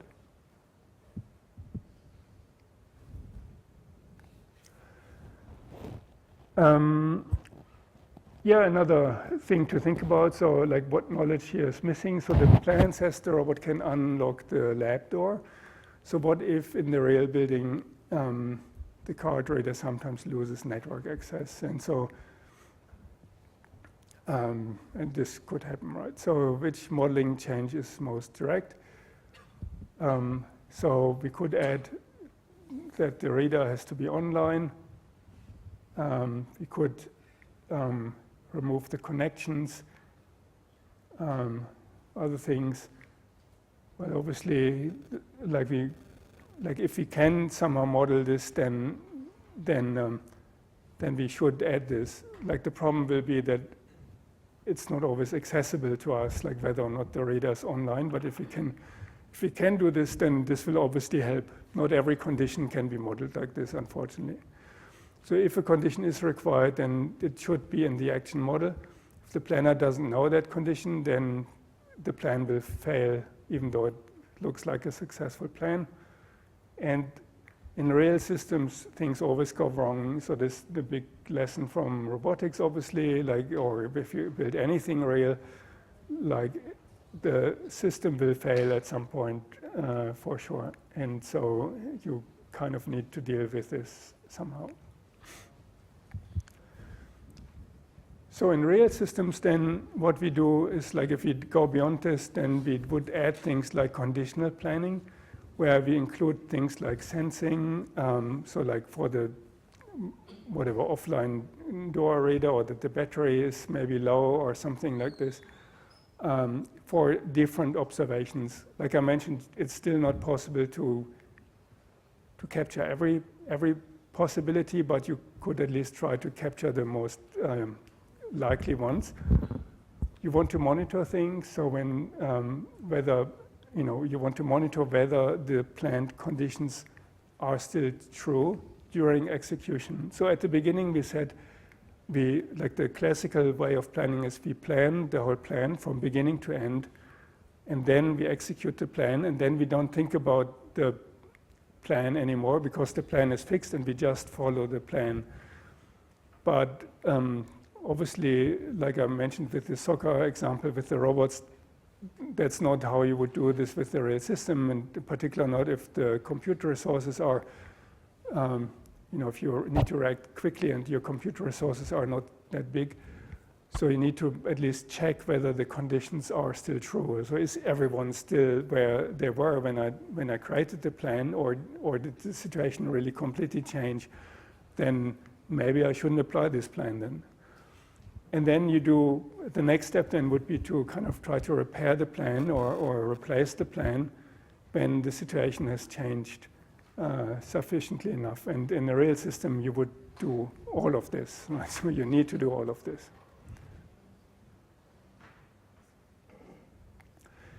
But like I said, this doesn't mean we don't need planning. We need things like objects. We need things like types, predicates, state variables, static facts, actions with their precondition and effect, and things that stay the same, and things that constrain things. And without this, so another, like instead of explicitly representing knowledge, another way to represent knowledge would be something that you would, is also part of this class, like in neural networks, for example. So if you train a neural network doesn't have this sort of explicit representation, right? So here we have things like the door is locked is kind of a fact that we have in our database, and so this describes the world as it is. A neural network is a different kind of beast in that you can't really see what it represents. It learns something about the world, and it is much better in representing like these sort of complex things than this, because here we would have to encode every single fact in the world in a logical fact. In a neural network, it just learns a whole lot of things and represents this as a neural network. But it's very difficult to identify what specifically the condition is that the neural network specifies, right? So it learns something, and like as you will see later, a neural network can, for example, distinguish in images like what is a cat from what is a dog or something like this. but it's kind of very difficult to tease out of the neural network, why do you think that is a cat, or why do you think that is a dog, right? And so it's a different kind of representation. And so here, this kind of representation we call explicit representation, and in neural network later on in class, so this would be more like an implicit representation, where somehow this thing learns something useful about the world, but we don't really know how this looks like. Why is this photo an image of a cat versus an image of a dog, right? And there's also different problems, like even if you ask someone, why did you decide that you say, well, in this image there's a cat or a dog? Well, we just know. I can't really explain very well why I'm, in a split second I made this decision. So I don't have this kind of, you kind of know what a cat or a dog is, but it's very hard to pinpoint why in this picture did I make the decision that I know that is a cat or a dog. So different problems, and so different ways of representing knowledge. None of them is better than the other, but they're kind of all useful. But here in this, we used kind of explicit knowledge representation. And yeah, some goals are hard to explain. Maybe like with the cat or dog example, maybe that wasn't the best example for planning, but maybe a good enough example for representation. Without this explicit knowledge, it's hard to explain things. It's kind of harder to debug also why things go wrong. But it's not always not always is just explicit knowledge the answer. Sometimes you need both, or sometimes you just need implicit knowledge representation. And so a combination of those things is like what is still being used in planning. And so this is part of modern robotics also. And so this is something that uses the part of planning that we talked about today. So this kind of strips planning. And this is then called task planning. So this is pretty much exactly what we've done today. So in task planning, we choose what do we do.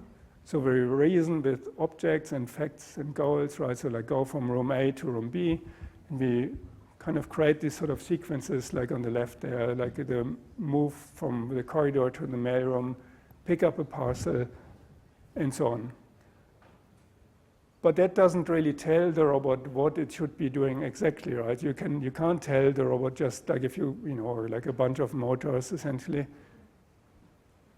pick up this thing in the mailroom or something like that. Somebody needs to tell the robot how this actually works. So like, what do you actually do for this? So, and this is where motion planning comes in, right? So like how do you move? Like even simple things, well, seemingly simple things, like if you think about your arm that you can move, right? So your arm has many degrees of freedom. You have like many joints, like your shoulder joint, your elbow. There's different ways you can move your arm to reach a particular point, right? And so I can say, well, move the arm or the tip of my finger from here to here, and I do this. But how do I do this exactly? Well, I could do this like this in many different strange ways. And so this is the motion planning, right? And if there's an obstacle in the way, I will do this in a different way, maybe. So the choosing how to move my arm or how to move a robot, this is motion planning. And so this is then reasoning with things like geometry, like what kind of joints do I have available, what collisions do I want to avoid, what can I even reach? I can't reach everywhere.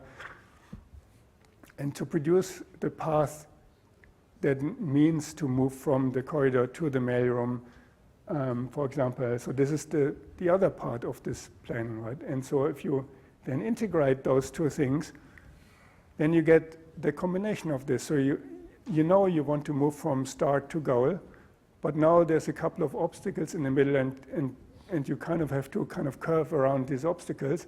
And how do you do this? Well, that the task planner does not do this.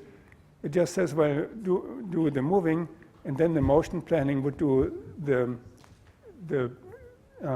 moving of the arm.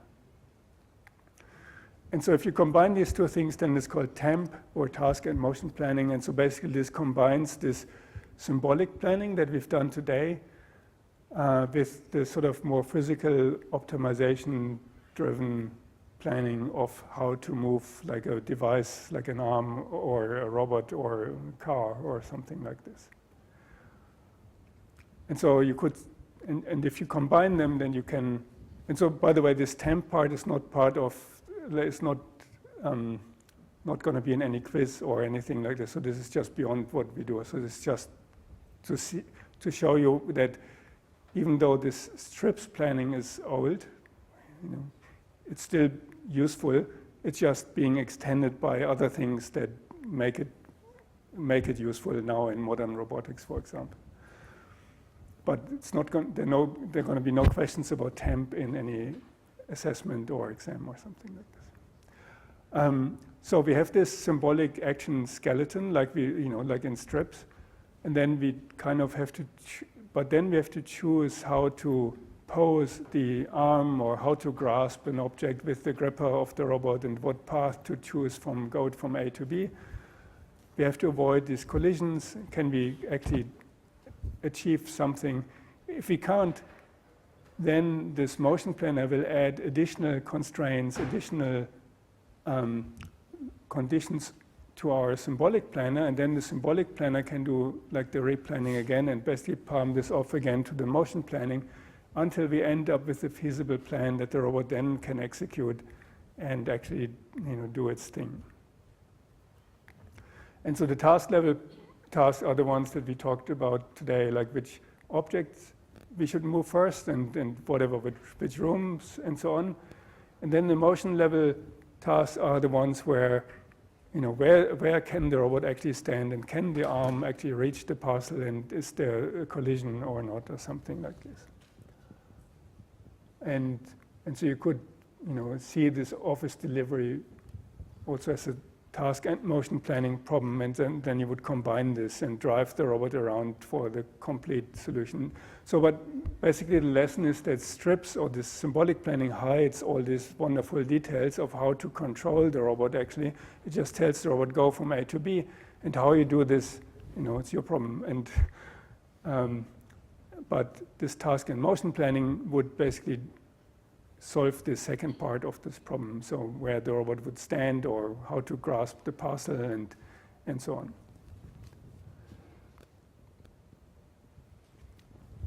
And so this is very practical for robotics. It's not a general purpose thing, so you can't use this for everything. Like it's not going to solve all your problems, but it works well when everything is carefully modeled and this requires quite a few things that, like grasping objects for a robot is still very difficult. So there's still active research in this area also. So that you can pick up things without damaging them or work with people without killing them, I guess. And like robots are like the robots that you see now, like also in SW, we have quite a few bigger robots. So if you have a robot, like a humanoid robot like this size, and it's 70 kilos, yeah, you don't want this robot to do anything stupid near you, because it could seriously hurt you. And so you want this to work. But it is still hard. There's still active research when you have to deal with incomplete information, or when the information is wrong, or when the environment is messy and so on. And the planner must scale without losing robustness. So it means that if you want to turn this into a product, if you want to eventually sell someone a robot that helps in your kitchen or something to clean up your mess after you're cooking, or maybe does the cooking for you, well, people would expect that this would work every single time, like your dishwasher, right? And so on. This is very, very hard. So still part of research. I have a brief video here before we stop. Somehow we finish fairly soon today. I'm pretty sure you're sad about this, but I haven't got more slides. So, but I have a video at least. And so that's not my video, but this is like a research paper. And so they basically do exactly this. So this is where planning is actually used in research still. But they do a little bit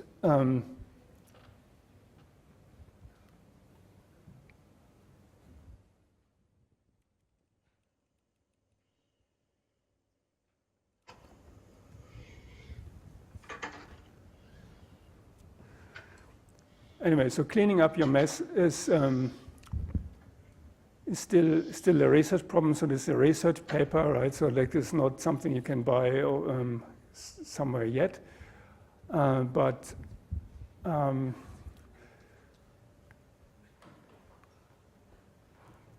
And you can see how long the planning takes. So this is now at a couple of times the speed. So you can see in the background the clock is running, and you can see it distinguishes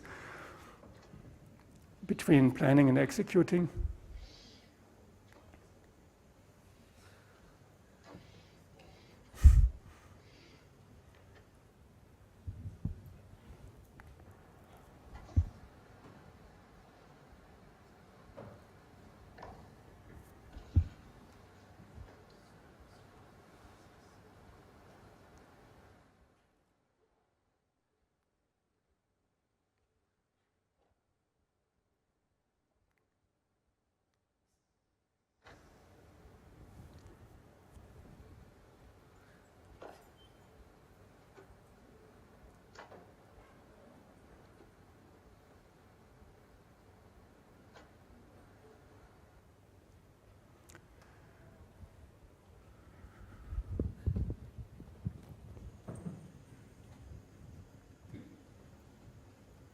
Oh, we're not finished yet? Okay.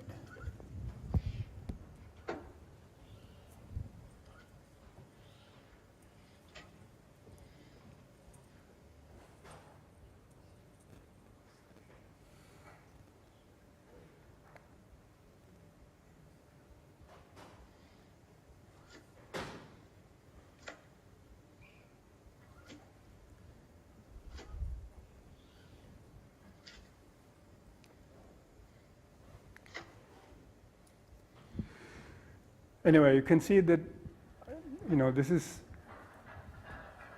obviously like research, but there's still a bit of way to go, I guess, till you have a robot in your kitchen that can help you or can do the work for you. So maybe there's still some work for you to do then and solve part of that problem at least.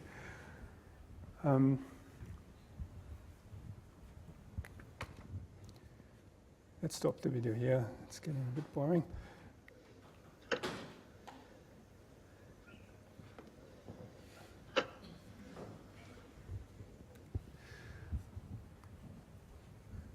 So with the planning today, we sort of generalized the search that we talked about last week. And so we're making basically this whole business of states and goals and actions more explicit. And so this is how we can then search over more interesting problems. The strip style actions, like here we used like preconditions, and then they would add effects and or delete effects also. We only looked at, or mostly looked at forward state planning from the initial state forward to the symbolic states, and we briefly looked at the backward way also. And then I mentioned that there are other ways to do this, but we didn't look at other ways because for the small-ish problems that we look at, the forward search seems to work reasonably well, but the branching factor obviously is an issue for larger problems. In this office world, office robot plan world, this works because the whole model that we created captures really everything that we need to know about this world. So like it was reasonably easy to describe the world because it's fairly limited. We said in the real world that this is slightly more difficult. And so this this sort of planning is called classical planning, and then this more modern stuff that we've just seen, so this task and motion planning, this is a little bit beyond the classical planning, but so the kind of lecture content or is kind of about the classical planning. This is reasonably powerful, right? So you can come up with good solutions, but it breaks easily when some of these assumptions are violated, and we talked about these assumptions in some detail. But I think it's quite useful to know this and to at least as a starting point. I've added a few of the resources here. I think someone asked me, I will post this maybe somewhere or put this on one of the tutorial materials. This AI 9414 thing, apart from being on PyPy, it's also on the GitHub. It's on my GitHub somewhere. So if somebody is interested in looking into this, I didn't think somebody was interested in looking into this, but if you are interested in looking into this, obviously it's not a secret, so I will post the URL if you are interested. The main resource for us, like I said at the beginning, is this modern approach AI book. But there are other slides, and there's this whole planning book from Dana Now and colleagues on automated planning. It's a whole book on planning if you are more interested in this. And you have the strips demo for the office delivery to play with in your tutorials. The Bloxworld example you can also play with. They're kind of optional thing. And like I said, I did make an attempt to make the solution, like solving the strips problem now easier than the search problem, which may have been a little bit difficult. So hopefully you'll be fine in your next tutorial then. And in the next week we will talk about knowledge representation, but I haven't got a slide about this yet, so I will have slides about it next week. So knowledge representation is our next topic. And after knowledge representation, Francisco will take over for a bit, and I will take the UNSW robot soccer team to the World Championship during this time, and then I'll tell you about it when I come back, I think. So. And we're a bit early today, I'm sorry for this, but I will hopefully make up for this in the next week. So we're finished for today already.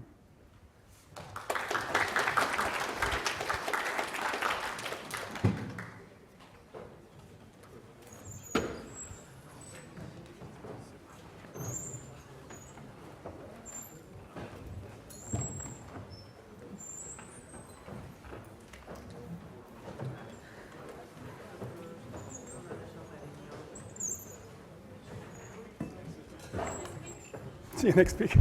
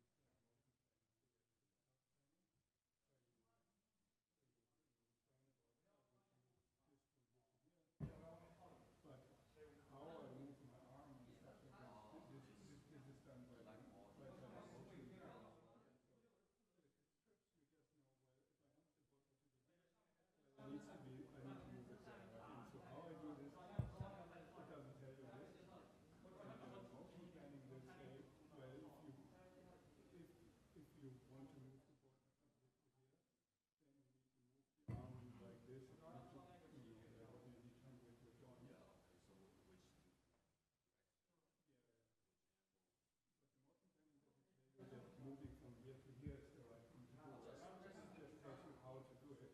And so this kind of the distance between what do I need to do and how do I do it. Yeah, exactly. And the interesting thing for this is that they kind of inform each other also. If the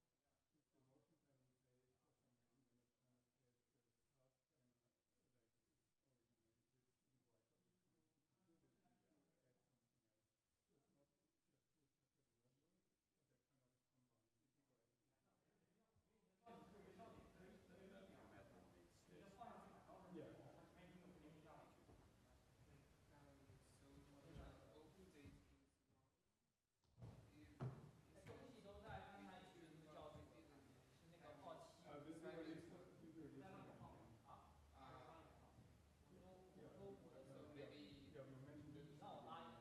tells the task planner like, maybe this shouldn't work, or this connection can do this, maybe I should add something else.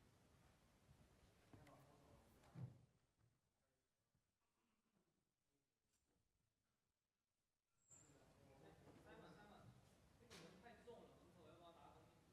they're kind of combined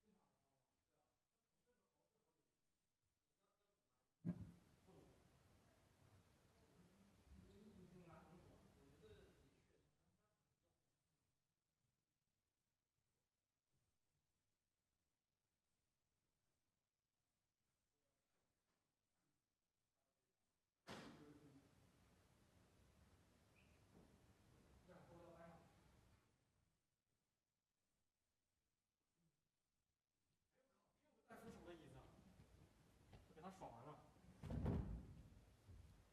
Yeah, we mentioned it in the beginning also, so it's like it's really released this week.我们还在准备中，7:15入场。哦，你是哪位？哦，欢迎欢迎，哇，就缺你，就差你一个了。其实没有，你是第一个来的，是我们社团的。就差你一个了。没有开玩笑的，你是第一个来的。你先坐着歇一下吧，我们等会儿去那个101等101空出来，我们。对。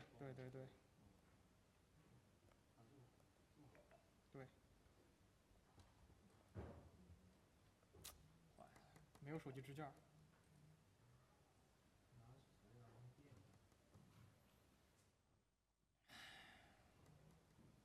好像没带啊，这咋整？手机支架没带啊。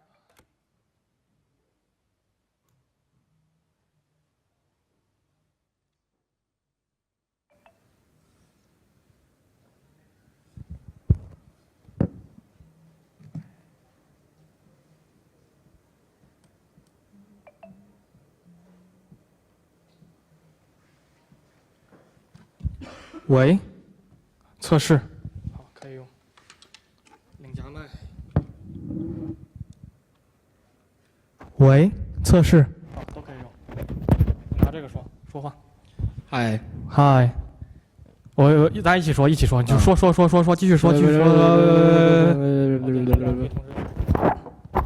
再帮我去充电。一只死掉的老鼠叫什么？袋鼠。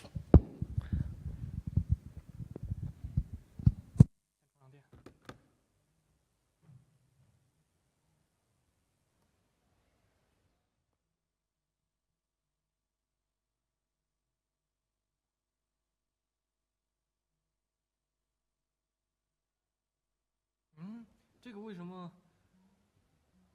这个灯跟我看的不一样啊？之前的，靠，25是最暗吗？50更暗。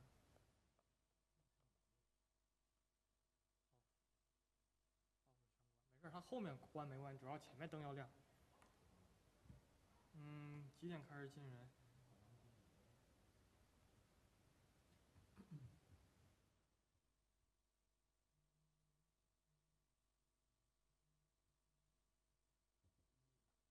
不用等这个，到时候用老冯的那个笔记本。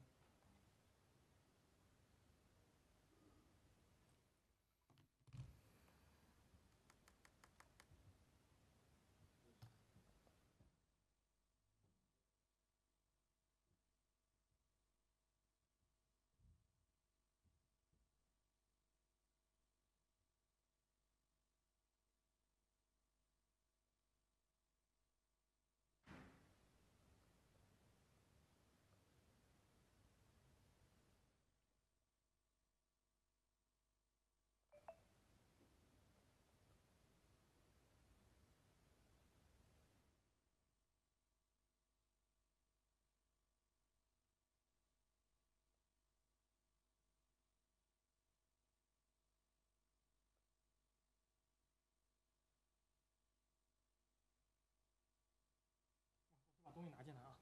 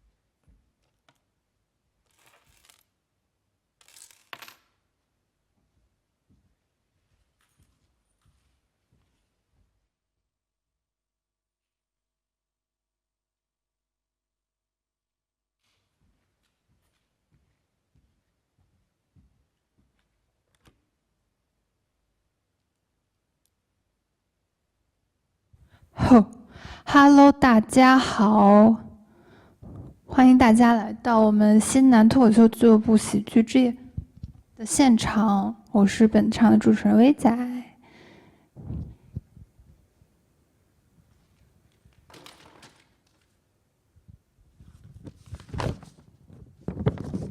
对，本次我们演出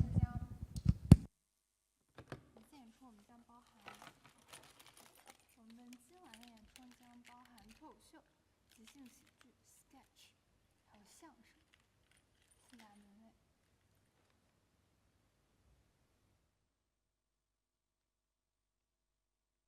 主打一个量大管饱，好不好？别管，就像回姥姥家一样，别管这菜好不好吃，先给你端上来，好不好？对，然后大家，然后我主持人呢，我现在上来跟大家先聊聊天，跟让大家互动一下，跟大家互动一下，让大家放松一下，然后同时介绍一下我们的一些观演须知、观演规则，就感觉大家现在这个环境也是非常正式啊，就感觉像一个听一个演讲一样，然后大家也非常的正襟危坐。名字取得非常大，喜剧之夜，可能观众来的是，我倒要看看你有多好笑啊，没有这个必要，好不好？大家就放松的来就好了。今天是周五晚上，有多少人是就是被朋友带过来的，可以帮忙数一下账？这么多。朋友怎么跟你说的？说，走，哥们儿，周五晚上咱们找点乐子，他给你带这儿来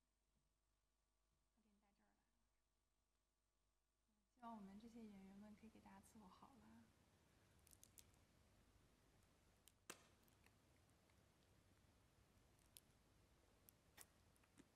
对，然后我先跟大家聊天，就是。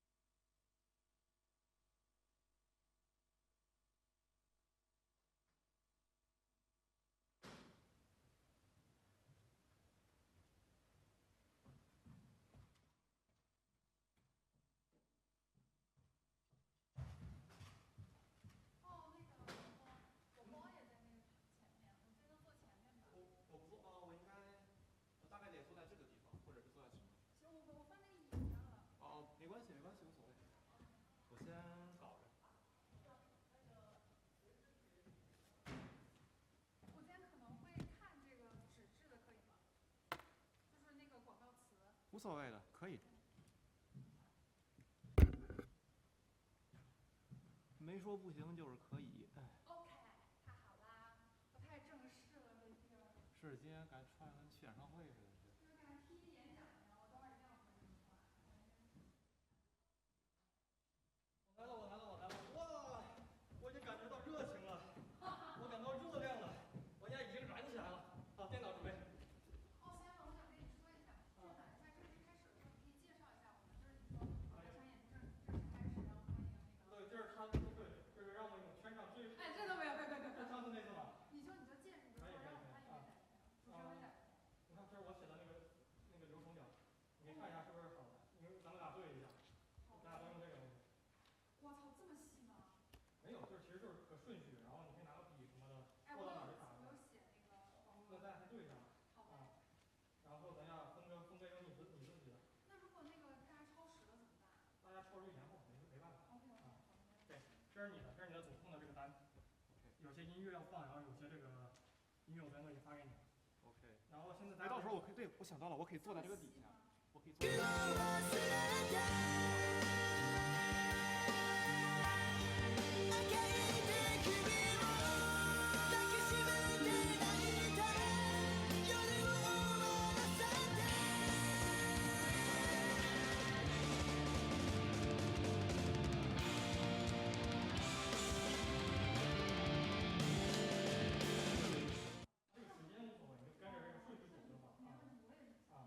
然后呢，这个你开场的时候，就是我会先放一个音乐，就稍微激昂一点，然后大概10秒过后你上台就行了。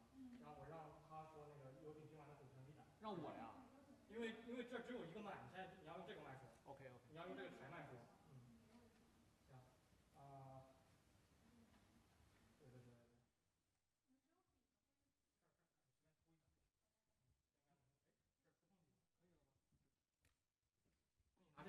拿这个。我最后还要感谢那个所有人，这个来想想。反正都是我的。你吃泡泡糖？快点吧，哥，你那个喜剧之夜可以，就这个，你现在有几页？没有，他那指南针的就放一个，就放那个公司主要业务就行了。这个是吧？就留就留这个掐头删。好。然后 ，OK。然后没，我先来这个那个 PPT。好，开始从第一个开始。好，这是入场的时候是1，致辞也是1，指南针广告2，然后再往下呢，这是第3章吗？不是，这是第2章。把这张删了，不用。这张不要。对，不要，都用那个喜剧之夜。然后这是第2章。对2。Hello。然后第三章是这个 LC， 对，然后第4章。第4章撩锅，这个Visa刚才那个安可跟你说了是吧？对。Hello， 我们现在有点忙。你们先忙，卖保险的。不是，这是我们的。不，我知道。这快过。开玩笑的。然后这个脱口秀再往下一个，好，就换这个，就是这是第5章对吧？对。5，然后这个就一直延续下去了。5。然后是那个。不是即兴，它不是要加一个那个什么吗？我靠，有这东西？那个藏头诗你要打字的。那就加一个空白就可以了。对，加个空白的。然后那个即兴给它放成6，然后呢这个藏头诗我可以就是在后面我可以隐藏一个什么那种。你不用，你就开个 PPT 就行了啊！快点吧，哥们儿，我们时间不多了。不是，你就在这一页上放一个 PPT。这后面是。对。你放一个空白的，对，就这样。然后你那个刚才音响我们试了是没有问题的，你那个麦克风的标呢？麦克风的标，在我包里。OK， 赶快给我。你们要不要组员提前拍点东西啊？可以拍吧。你也不说人家要干啥，干的时候。因为我们太忙了今天，你没剪啊？我是想直接贴上去。那快。你们是用笔吗？可以借我一支吗？我有。你们有没有易拉宝？都有。等一下，我这个交给你了，这个你把这个给它捋好，然后上场音乐我跟你说一下，就那几个音乐，你都先在后台准备好，你按个空格就要放出来，明白吧？按空格放，然后关怎么关？不要按空格关，通过这个先把声音主页音量给关了，然后你还知道就咱之前那个东西吧？好。我都是之前那套。对，都是之前那一套，但是它有3个音乐，一个是后场音乐，就是之前的，然后一个是开场音乐，这是我昨天 AI 出来一首，然后我昨天都微信发给你了，然后上台音乐就之前那一首，好吧，这些都交给你了，我要去前面了，相信你。相信我那个板。开场音乐是什么时候放来着？开场音乐什么时候放来着？开场放。开场放，就是那个介绍 Visa 让我们就是对，开场的时候我跟你讲灯光是啥情况吧，我跟你说一下这个灯光啊。好的。这个灯光它一共这个房间比较奇怪。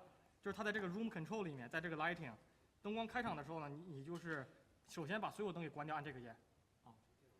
所有灯关完了之后呢，按这个 lecture， 然后开始放音乐。然后放完之后按这个 lecture on， 然后这个灯会慢慢的亮起来，就很有那种演出开始的效果，就有点那个幕布的感觉，明白吧？最后有演的时候就是这个声。对，没办法，因为我们没有射灯了。那行吧。开场的时候，现在刚开始进场的时候全开，开场全关，然后拉中一下切，你可以等个半分钟，然后再开始开那个放音乐，然后开这个东西，明白吧？交给你了。我等会儿再跟你说。